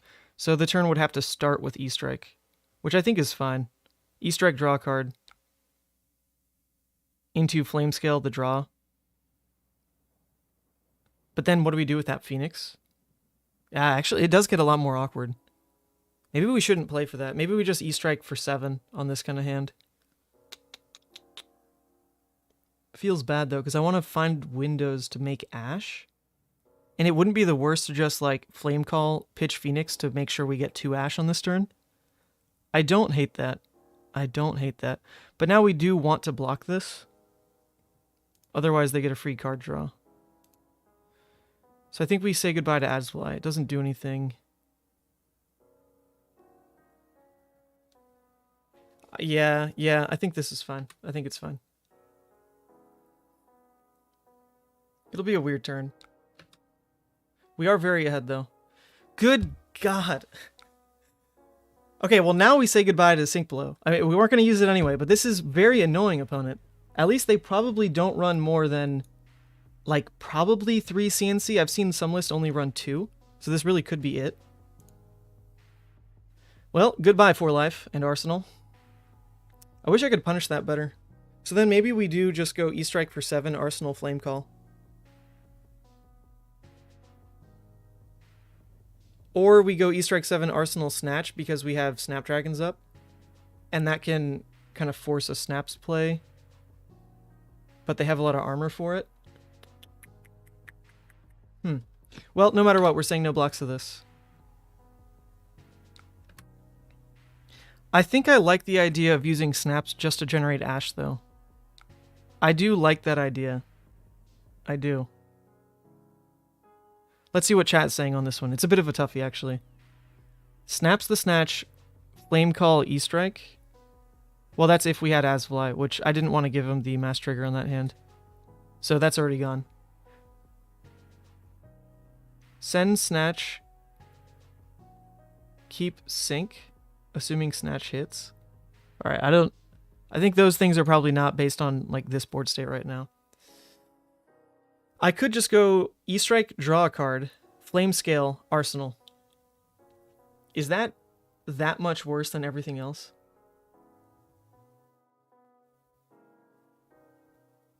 The other thing is if we go E-Strike, draw a card, Snaps, we get to work in the Ashwing ping, which has Burn Them All behind it. And since it's a race, I actually do like that line better. Because otherwise we're missing 2 damage any other way we play it.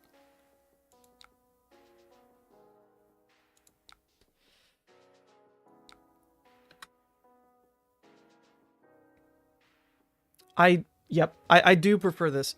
Literally just because of the damage we need to push. Just because of, otherwise we miss 2 here.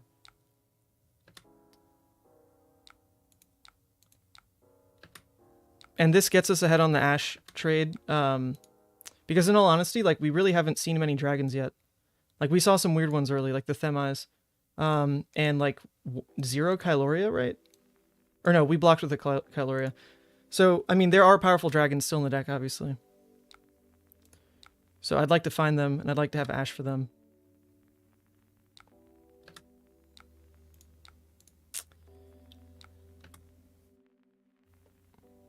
We feel pretty ahead here. And we still only have 1 dragon in play, so it's up to us whether Mass draws, really.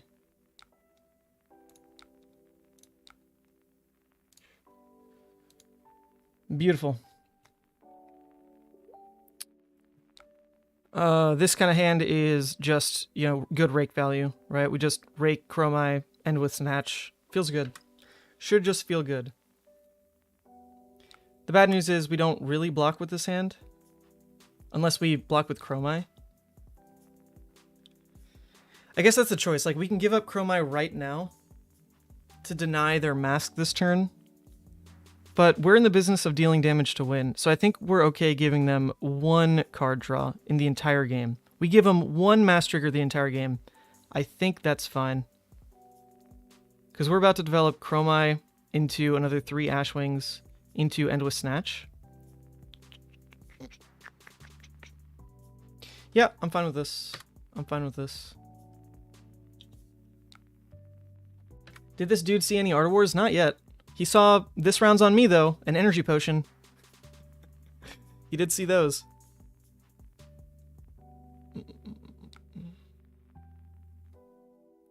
Yep, that's the card draw, but that's fine. That's only 1 trigger all game. Really don't mind that. Flame Scale doesn't deny mass, though, because that was going at the Ashwing. If he went at face, sure. Like, I'm always blocking that way, but it went on the Ashwing, so didn't have that choice.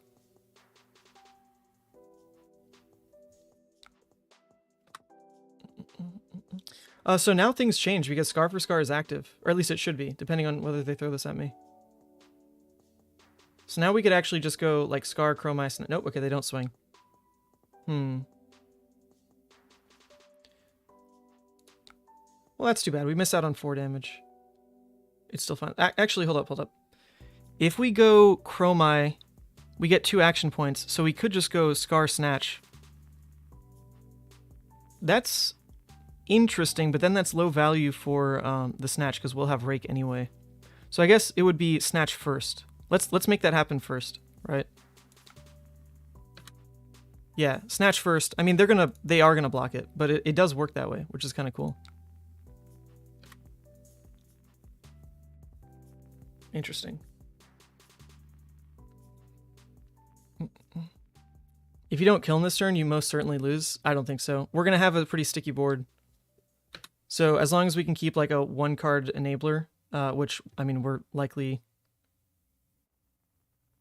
I guess we're not like likely to drop the Snatch. They are going to block it. But as long as we can keep like a 1-card enabler in hand, we'll have Dromai, 3 Ashwings, plus burn them all, and they already blocked with a card. And we've got Flame Scale. I think we're fine.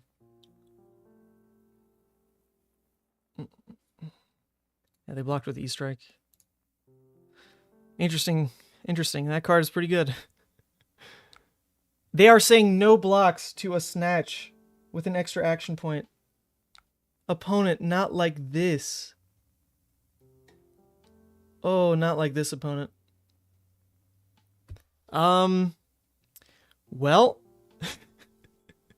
I think we just... I mean, this is the most damage, is to now just, like, Rake into Scar. That presents lethal. So we do it. Or we can just, like, throw CNC, and there goes their turn. I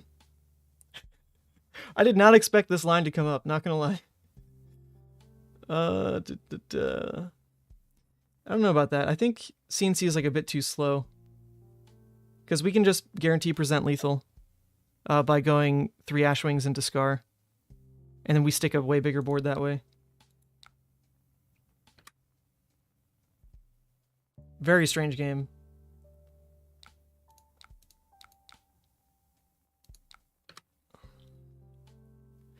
I don't think we're going to lose to this 4-card hand anyway, so I don't really care about CNC here. I just don't see us losing to this 4-card hand when we still have 1 armor and we'll have a board like this. I don't think CNC is worth it. I'd rather just present lethal right now. Put him in a much tougher spot for next turn. Because, like, if they only block like this, right, then, like, burn them all kills them. So they're either going to give up another card, or they're going to give up a card that... an equipment piece that they could use to win the game. Opponent, you are going to die to burn them all. Opponent. They don't understand. Opponent, they need to learn about this matchup. Alright, we are so happy about that burn them all decision, turn 0. This burn them all is... Wait, actually, was it a turn 0 decision? It was, right? We decided to put it in Arsenal over like a Snatch or something. Or maybe it was like turn 2. Oh no, that was last game. I think this game was with the crown choice. So we saw burn them all in like turn 2. It's been nuts. Ooh, opponent. Opponent. They just died to burn them all. Like, good luck. This hand blocks 12. I've got 13 on board. And I'm going to be able to swing 3, 1, 1. 5 minimum on 0 cards. I don't think, DT, I don't think it matters if it's Art of War. Like, it just doesn't matter. They don't win on a hand like this. They just don't. They just do not. And they're going face, so they really think they can win this game. Which is just not correct.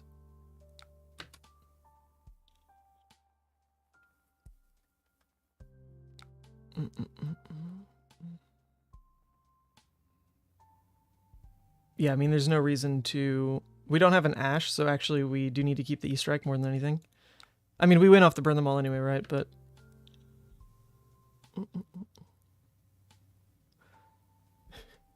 I don't agree with their blocks either. I don't, but I think something was just a bit off with this fight. Might have been a bit new to the list, which is possible, or just a new player overall, because new players tend to gravitate towards Fi, or they just sideboarded completely incorrectly because they thought it was more of like a control Dromai or something, which is definitely not what this deck is doing. Flame scale value.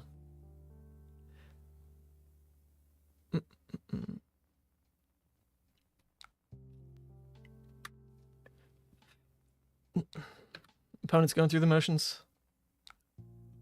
Poor guy. They kept Shuko and Mask for a hand that doesn't even trigger Shuko, and for a turn where I'm always going to block out Mask. Poor opponent.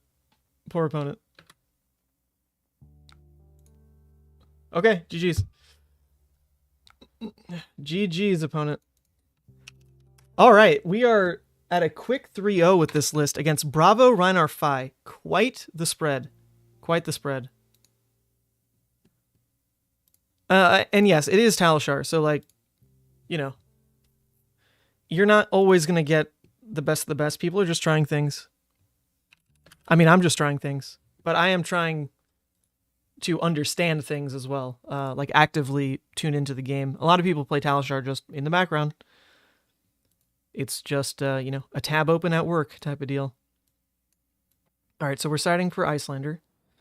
What that means is we're bringing in all the blues. We're giving up on the expensive 6s. That makes sense. We're giving up on Scars and Sinks. Losing Sinks might hurt a little bit, but I get it if what you're trying to do is just fit in more blues, right?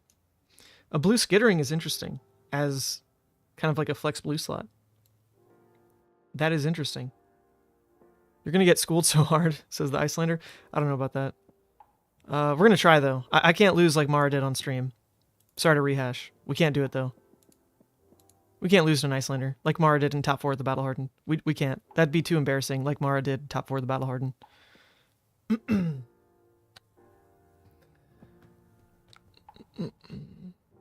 Ooh. Premeditate. Interesting. Like, I do... Maybe the turn is just Snatch, make Furnace with Asvali, Arsenal, E-Strike, and then we go into our turn with, like, a Premeditate play. But leading with Premeditate versus an Iyslander that could respond with a Frostbite feels a bit weird. We just don't really get to develop board otherwise. I think that play is fine. That play is fine, I think. Because there's nothing to pitch into, so the most we can make is the 1 Ash anyway.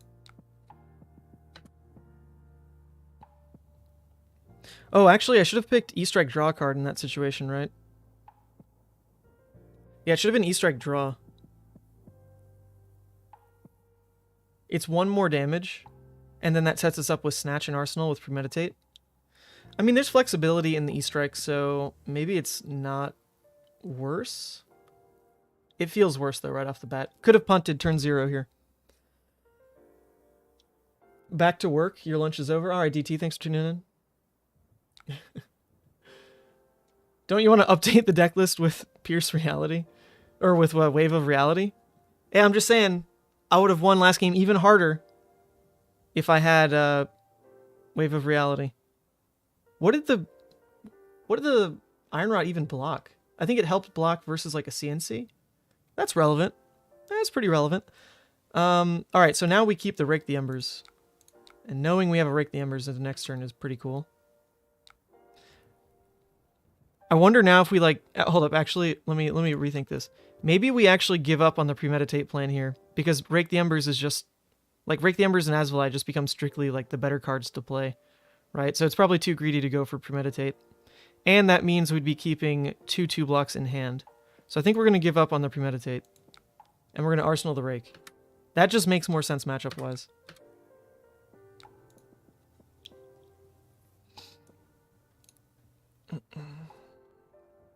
We also leaked damage, which was interesting. I didn't expect that. But I'll take an extra 2 damage for free. Why not?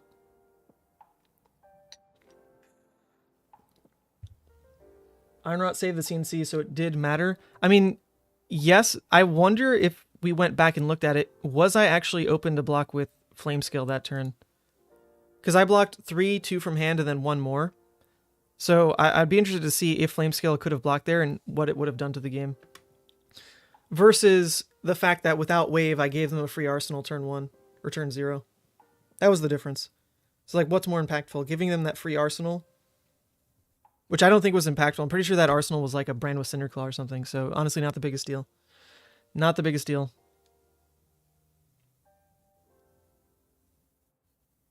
Interesting. I think we just go for like, you know, we just try to build board state first and then start pushing when we have it all together. So let's do that. I also want the Ashwings to resolve because if they respond with some arcane, like energy is kind of cool. Otherwise, I guess I could just like play the energy potion, which is also kind of cool.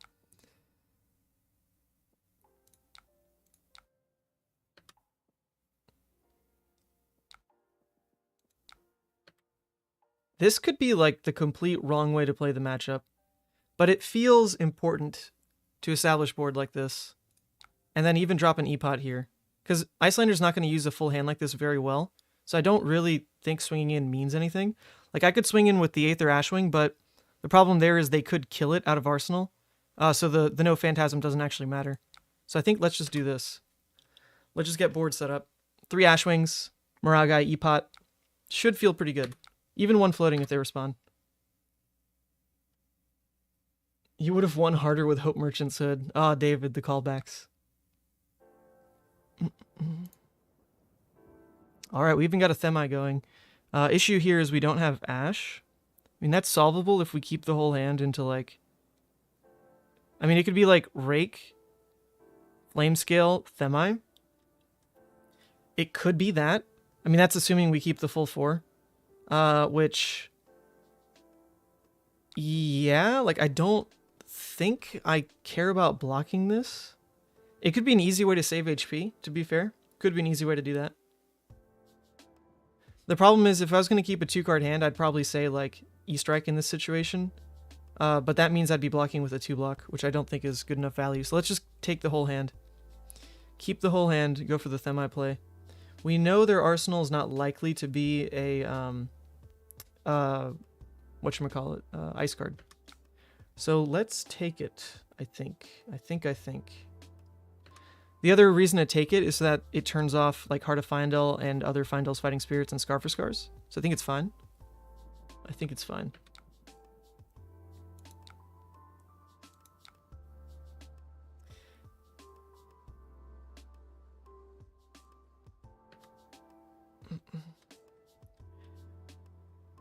I don't think I want this Rake to necessarily make Ashwings. I don't see them clearing too many of them. Hey, nice. We get to respond. Oh, but that triggers Insidious, actually. Ah, interesting. Well, it triggers Insidious, but we can just pay for that and keep the Themi. That's fine, right? That's totally fine. Yeah. Yeah, we just pay here and Arsenal Themi. Cool. Cool. Not bad. Not bad. So now let's convert 2 Ashwings. Just 2. Keep the Ash there. And we get to swing with a pretty large board here. Alright, I like that. That was a pretty adaptive play. Feels pretty good. It just ate an Insidious Chill for, like, free, basically.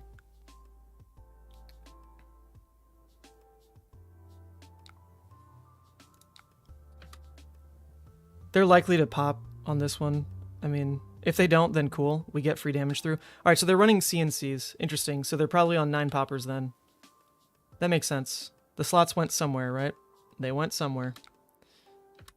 We're just happy that the trade is actually still 34-33. They can't Scar for Scar, they can't Findles. This is a weird spot for Premeditate, but it's just a red pitch. It's adaptive.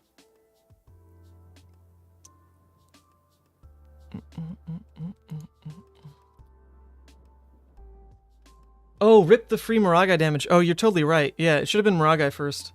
Rip. That was intentional. I didn't want him to get to 33, and then they would have been like, sure, I'll take one Ashwing. 32, 33. It's, you know, the mind games. The mind games. It's intentional.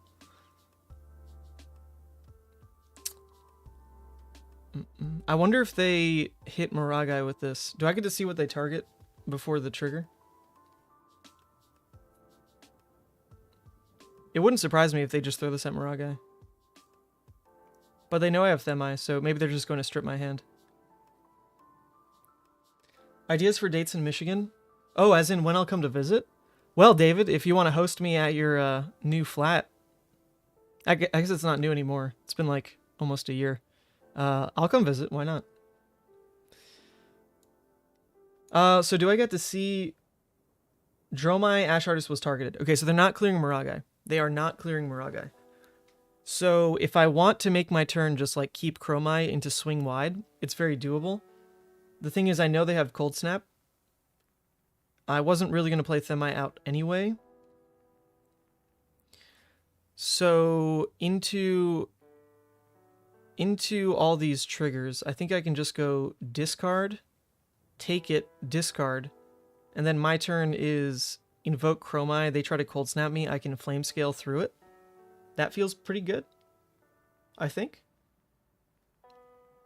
I think that's fine. I think that's fine. So let's discard, Premeditate.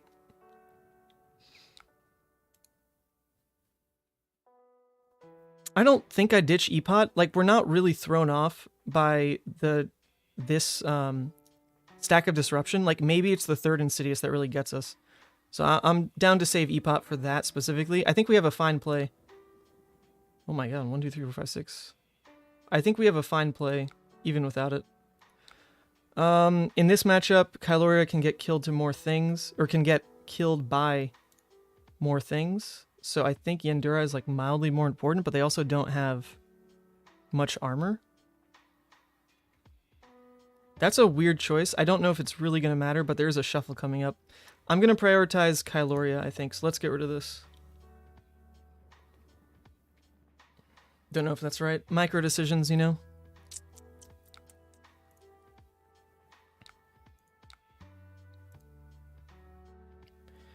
Yes, they likely Cold Snap. They will get free damage out of this, but we weren't going to play Themai anyway. We now get to play through the Cold Snap. Oh, well, they can freeze an ally, can't they? So wouldn't they want to, like, freeze Chromai? Can they do that? Or does the Invoke not resolve yet? Because they choose target ally on Cold Snap. I wonder if that works. So I play the Invoke, but Chromai's not real yet, right? So I don't think they have priority to actually freeze Chromai. Interesting. Interesting.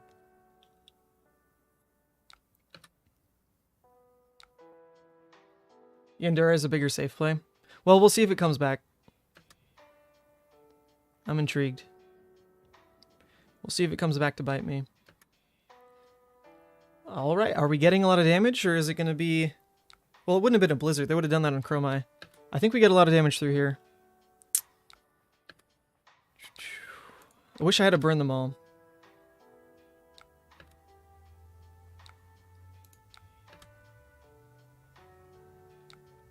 Alright, what I'm now considering, though, and this is like crazy talk. I'm always going to Flame Scale here, though, right? So now there's an option. I could Epot, play out Themai right now.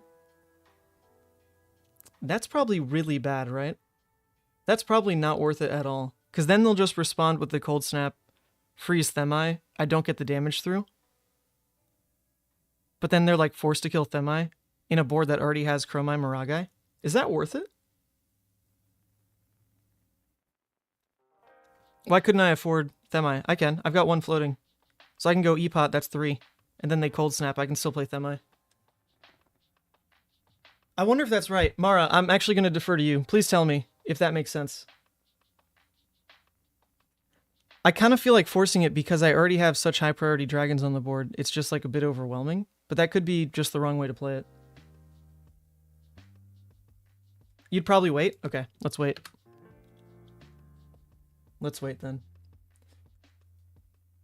No, Themai's 2 resources. So if I crack E-Pot, I go up to 3, and then through the Frostbite, I can play Themai. Oh, that's fair. They could just freeze Arsenal. Oh, yeah. Okay, at that point, that makes sense. I see what you're saying. Yeah. They could just freeze Arsenal. Because it's obvious at that point what I'm spending E-Pot for. Yeah. I'd already switched off the idea of them freezing Arsenal into freezing Ally.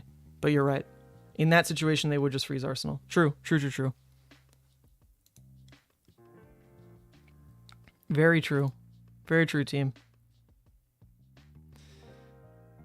Dang it. Played right into their freaking Heart of Fyendal. And now we don't get to use Themai, basically. Yeah, I guess we just give up Themai then, right? We just give it up. The other option is like, you know, turn on Quell here. We go block here, block here. That costs us 1 card, and we block with a 3 block, and then our turn is just play out Themai. And then if they respond with Cold Snap, we could E-Pot through it.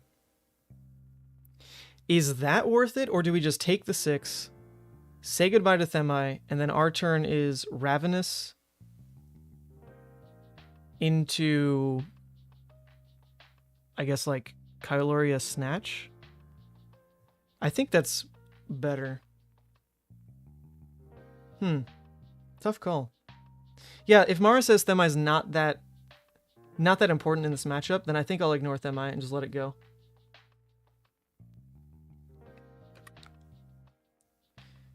Oh yeah, I could also just block with 2. You're right, this is a 3 block. I forgot about that. Yeah, so maybe that's more worth it. I just do this. I block 6. And then my turn is just play Themai. But then they respond with Cold Snap and my turn's like over unless I E-Pot. But at that point, like, it probably is worth it for E-Pot because it pushes through a ton.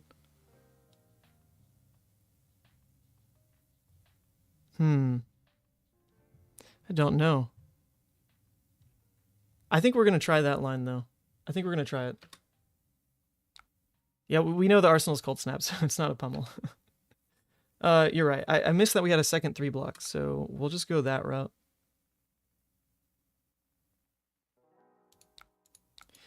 Because having the E-Pot means I could actually make them... I could deny everything. I could deny the Frostbite and make it so they can't freeze an ally. I think that becomes worth it then. Yeah, so I can E-Pot now in response, play through the Frostbite, and unfreeze the ally. That feels pretty worth on this E-Pot, but we also kind of just missed free damage.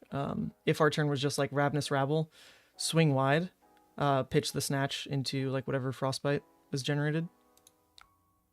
So we're in the learning business, though. We're in the learning business. Play it this way.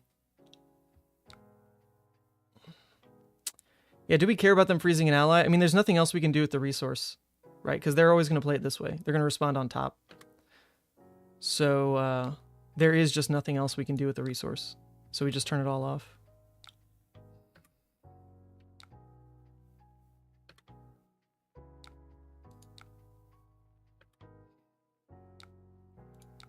All right.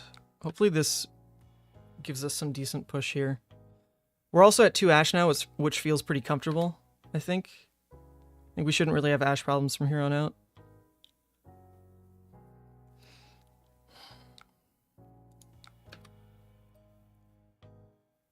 They're very likely to have poppers, though. We haven't seen a single Wounded Bull. We've only seen 1 Fyendals. So they have a full, like, 2 playsets of 6s still. But all we really need is, like, that one turn where they don't have them, right? Or even in a situation like this, they might try to keep it so they can just kill Themi with it. And that gives us free damage through with the rest of these Ashwings. Well, we turned on Scar for Scar, so they can always just Scar the Themi now and move on.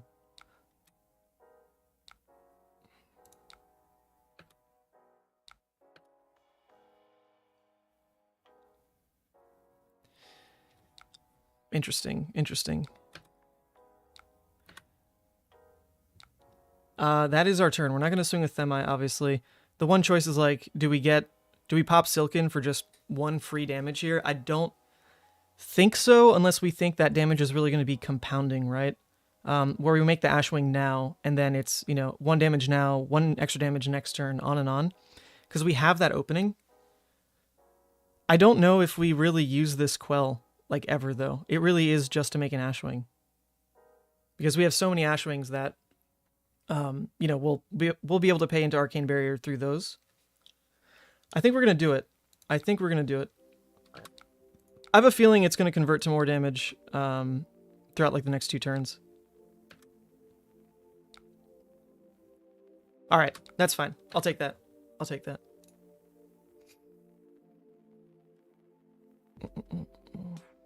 Aether Ice Vein. This probably goes on Themi at this point. Yeah, so they're not actually... This is pretty smart by them. They're not going to waste the triggers. They're not fusing. It's just to kill Themi.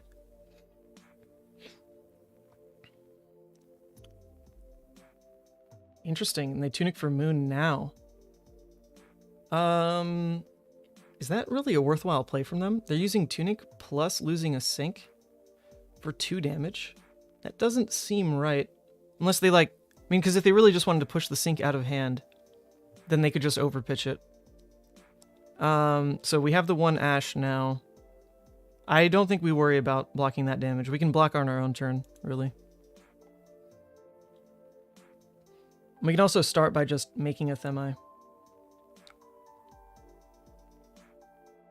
I think we lead with that every time. We've got that 1 Ash. This is actually huge protection against something like Ice Bolt, right? Because now they can't Ice Bolt our attacker and get around the fact that they maybe don't have a popper. Pretty big. That's pretty huge.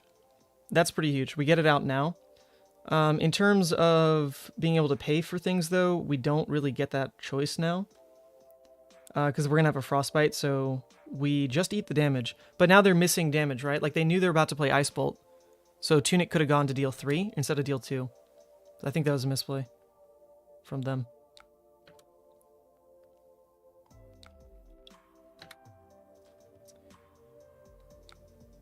Alright. That might actually doing work. They killed Chromai, though, so this leads me to believe they do have a popper. It is likely now that they have a popper. So let's get our free damage now with Billowing. Yeah, I think that makes sense. I'm not going to convert the Ashwing. We'll just get free damage here.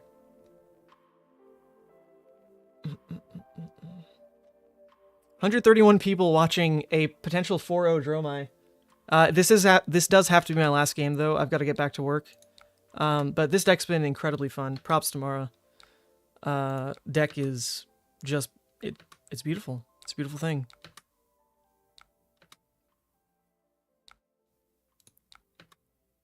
Interesting.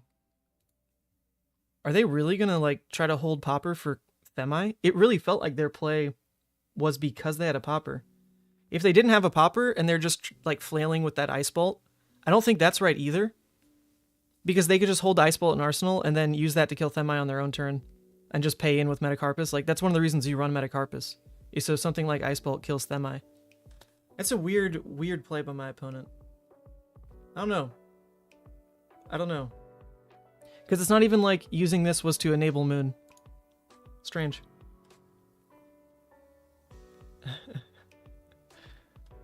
Yeah, I'm not going to attack with them. Don't worry, Mara.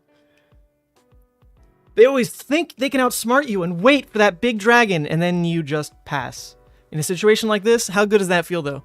That is like 5 damage we're showing with Ashwings. Like, you just took 5 to now be card inefficient. Like, how How does that make sense? And I almost knocked over my mate. Oh my god. Too excited.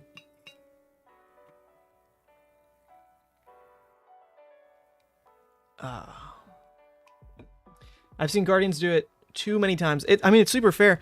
That's why when I play Leviathan to Dromai, you pop the first thing. Every turn. Like, the reality is, I'm not in a position with the Leviathan to, like, try to play really smart every turn. Sometimes I just have to, like, do it. Just make the brutish play. Because you don't have all the time in the world. You just don't. You just, like, do what works. If I can pop that first stack, I'm gonna do it. Let's not get greedy, because the deck is already set to fail on, like, you know, turn 10. Leviathan speaking. Dromai wouldn't fail by turn 10. She you know, hits her stride at that point. So yeah, as Leviathan, like, I never wait for that. There's no reason. Like, if you're card inefficient with Leviathan, you're gonna lose every game. Alright, Themai's gone. So they answered him pretty easily. We finally found our Burn Them All, though. Should push a lot of damage here. Should be pretty nifty. And we can even kind of outplay if they go for some crazy, like, Insidious line. My only fear is the turn just ends right now. Like, I swing this and it's just over. So do I want to, like, develop one more Ashwing? That doesn't really make sense. Dropping Epot kind of feels good. Like, that kind of feels really worthwhile. If I just drop Epot right now, I can still make a Furnace and Arsenal, like a starter with the Skittering. I don't hate that. I really don't hate that. Because once again, Iyslander can't be super card efficient off 5 like this. They can't. They just can't. Yeah, I'm gonna do that. We can take our time. We can take our time.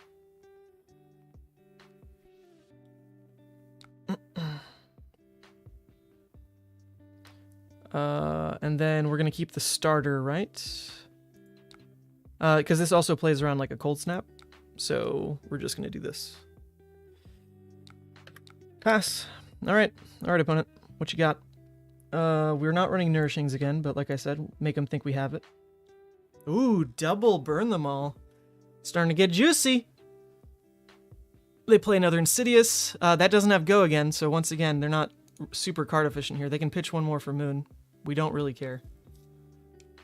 We don't really care. They just pitched an Ice Eternal. So that being an Ice Eternal is less likely now, which would be a pretty big problem, honestly. But at least we're going to always start with a red from Arsenal, so we'll be able to activate Flame Scale if they go for plays like that. Okay, we're taking it. We're taking it. Now we're up on Ash because the last turn as well, so Skittering feels good.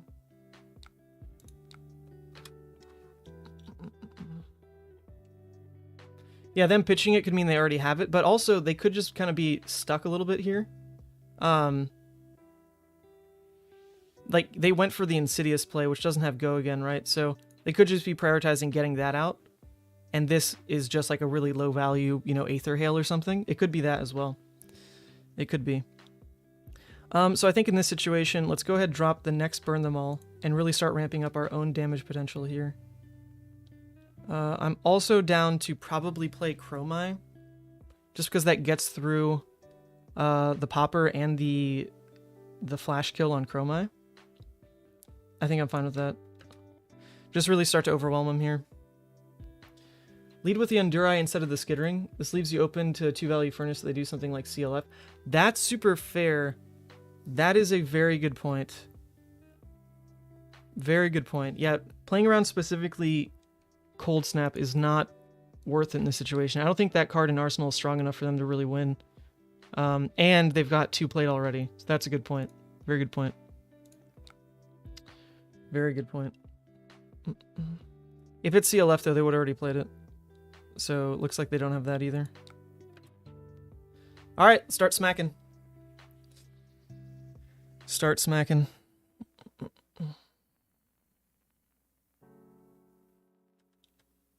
Okay, it's crazy. I think all last game, Premeditate has not come up, and in this game, it only came up as a discard for an Insidious trigger, and yet the 2 games prior, Premeditate was like the best card in the deck. That's crazy. The ups and downs, like, you don't really need it. It is very good. It's very good, but you don't need it. Okay, so they didn't pop it, and they didn't kill it. What is going on here? Like, it's not a CLF. I mean, it's not the cold snap's not brain freeze. If it was an attack, maybe they're stuck a little bit. That could be it. Like, it could just be an attack. But then I think I would even prioritize on their last turn, just play out the attack in Arsenal, like the Insidious or something, if they wanted to get this out. That's weird. I don't know what that Arsenal is, necessarily. Very strange.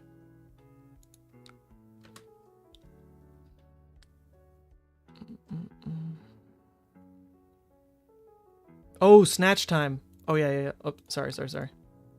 Actually, yes, you're right. It is Snatch time. I forget about those lines. You're absolutely right.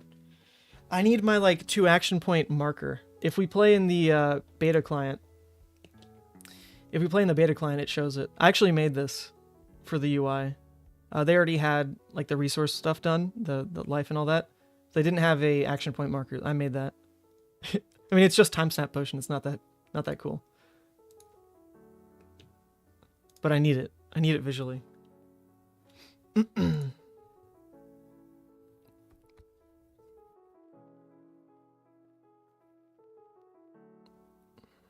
Hopefully I didn't just bug out the client. Test. Okay, looks like we're fine. It does say 1 AP here, but it just doesn't, like, I don't know, it just doesn't draw my eye necessarily. Like, the blue just doesn't do it for me. It kind of blends into the background. If it was, like, bright green, I think I'd catch it better, or if it stuck out.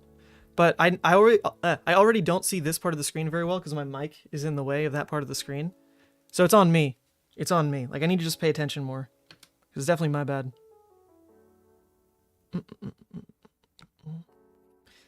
But, you know, normally in person, if I've got multiple action points, I put a die on my hero. So that's where I would glance, honestly. Just every time. I would glance, like, right here. And, yeah, it's not really part of this UI or the other UI. So they full blocked it. So at this point, I guess we do the thing where we lead with the small Ash Wings, actually, not even the big one. If they're trying to wait with the popper again.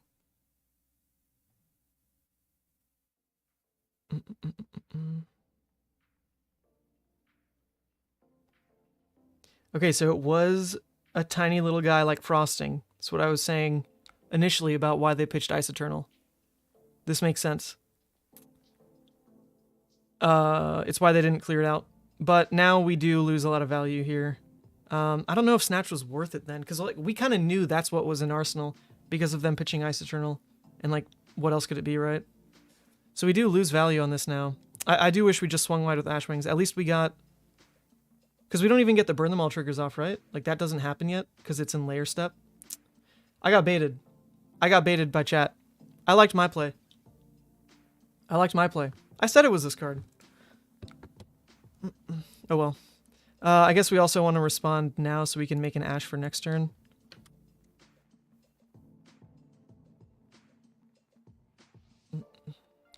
Mara likes the Snatch play. I don't know, Mara. We missed Burn Them Alls. We missed all of these suckers. Oh, wait, no, we didn't. Chromai swung. I'm bad. You're right. Snatch was better. Burn Them Alls did trigger on Chromai. All right.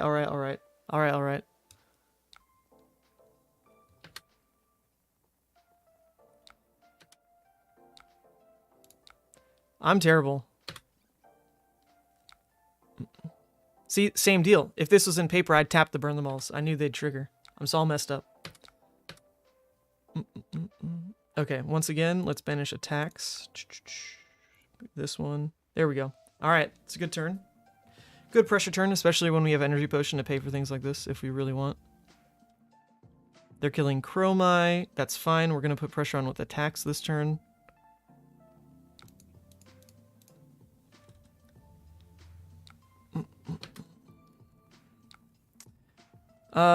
It's probably... I mean, we can't really lead with Flame Call, right? Even though that plays around the CLF a bit better. Flame Call just... It's way too high value to potentially get after the Rabble. So I think we just lead with Rabble then. And even if it is CLF, I think that's fine. We'll just, like, pay into Flame Call Awakening. Or no, that doesn't make sense. If it's CLF, then...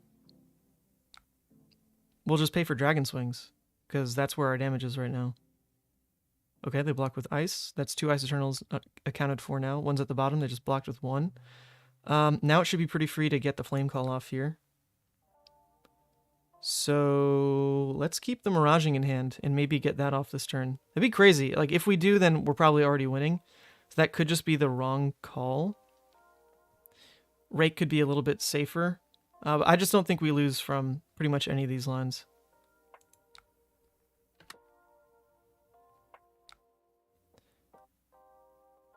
Okay, interesting. This is very fine. I mean, this is actually, like, perfect for us to play around Blizzard. We'll have 2. I mean, regardless of EPOT, we will now pay around Blizzard and then draw a red to swing with our dragons. That's pretty unfortunate for our opponent. Pretty unfortunate. Why wouldn't they play that right on the Ravenous then? I mean, we had EPOT, right? We did. We did have EPOT, but this just does not feel good for them.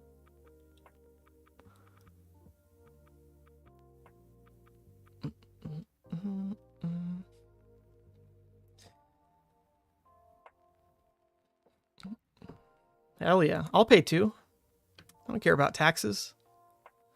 I don't work for the man. I work for the Empress. Oh, sorry. I work for Blasmfet. Sorry. You didn't hear me, right? Oh, I'm so excited to share the Levia playmat, actually. It's so freaking cool. The problem with it is, like, it feels weird to release right now because Levia is untouchable. I think it makes more sense to release it, like, right before Dusk Till Dawn. Maybe even, like, alongside a spoiler or something, right? But it's very cool. I'm looking forward to it. I don't work for the man, I work for the Empress. Hey, maybe I can add that to the soundboard, Mara. Actually, let me take a note of that. That'd be funny. I still have, like, 4 spots I need to fill out on the soundboard. So where are we in the stream? That is, like, 2 hour 8-minute mark. 2:08. It was a little bit before that. Man. Empress comment. I'll clip it. There we go. Noted. And now every time we catch you on stream, Mara, we'll play it for you. How about that? Gorebelcher didn't fix her. If you enjoy the thrill of playing Gorebelcher, banishing Gorebelcher, there is no better card. Hey, it turns off Blood Debt. It definitely does that.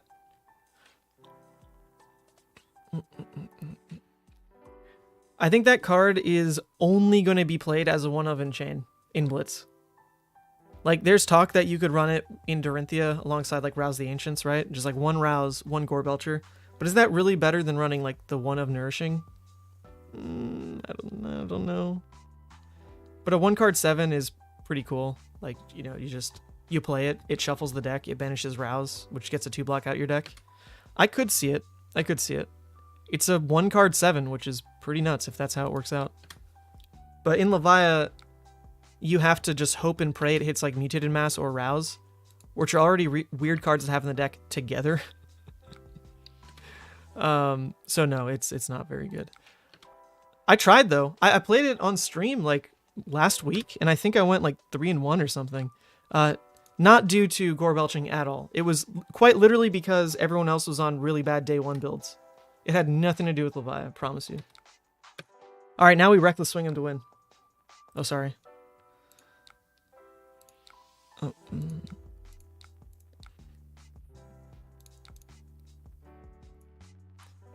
This is the I don't lose to anything hand. Pretty cool. Pretty cool stuff.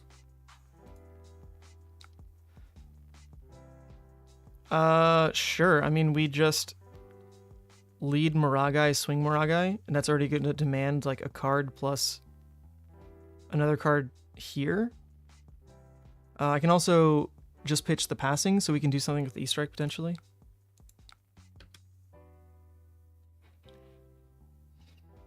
A Channel Lake? Hey, we got double blues for that one, baby. Sorry, opponent.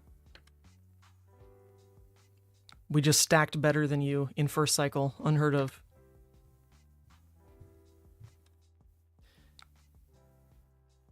You can crown the passing in. Okay, so the way that would work, this actually hasn't come up, but it's useful to think about. So you swing, you let the burn them alls trigger, and then you could like crown, break a burn them all, flash in passing when they try to defend. Because these trigger on like the layer step or whatever it is, right? Or like the attacking step. Then they try to defend, and you could crack in passing. And then does that retroactively apply to the attack on the chain right there? Like on the trigger of Phantasm? You have to do it before they block though? Oh, okay. That's unfortunate. But I think we still have that window, right? Like we let these resolve, and then we can flash in passing. I think that still works. It's not retroactive. A shame. It's not retroactive, and yet if you play like a Maragai later in the turn, the Maragai doesn't see like a new Dragon Swing. It's already seen like the first Dragon Swing. Annoying. Killing Dromai with these rulings.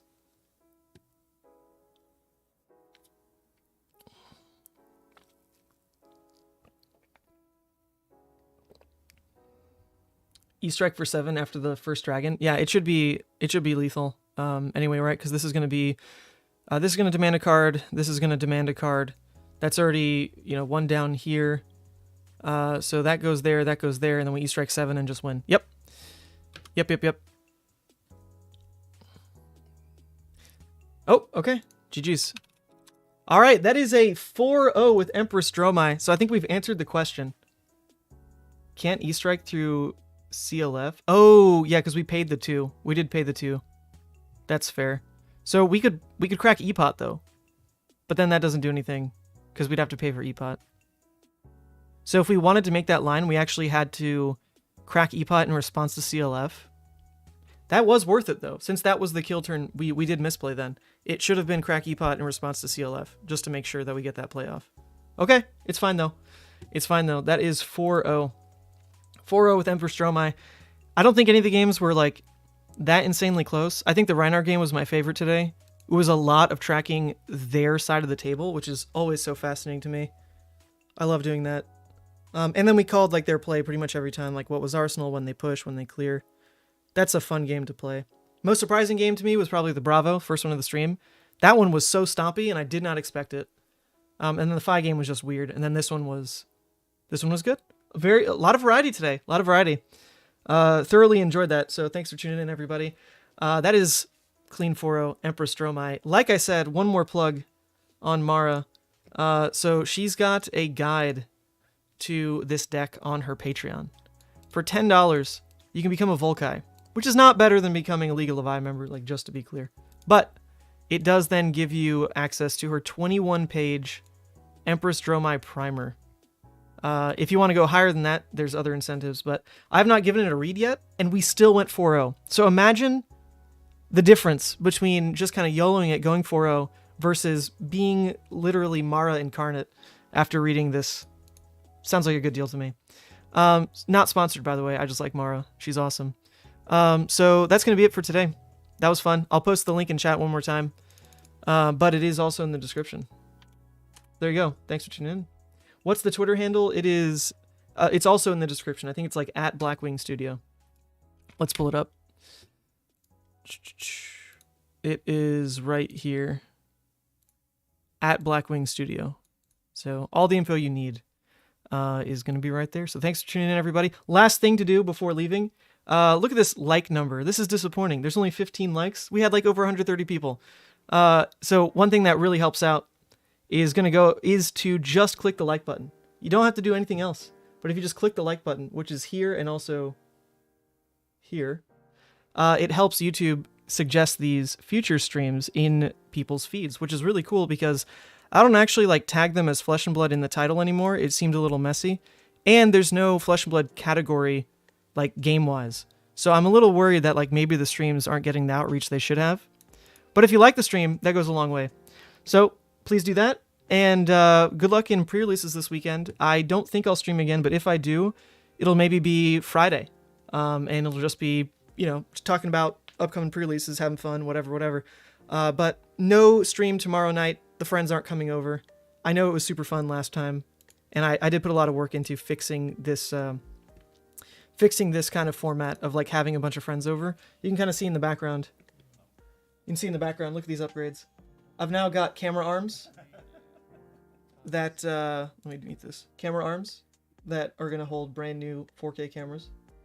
I've got better lighting set up over there. They're going to get a lot better. Just not this week because we're going to be fabbed out after 3 days of pre-release. So anyway, like the stream. Thank you. I'll catch you later. Best of luck pre-release.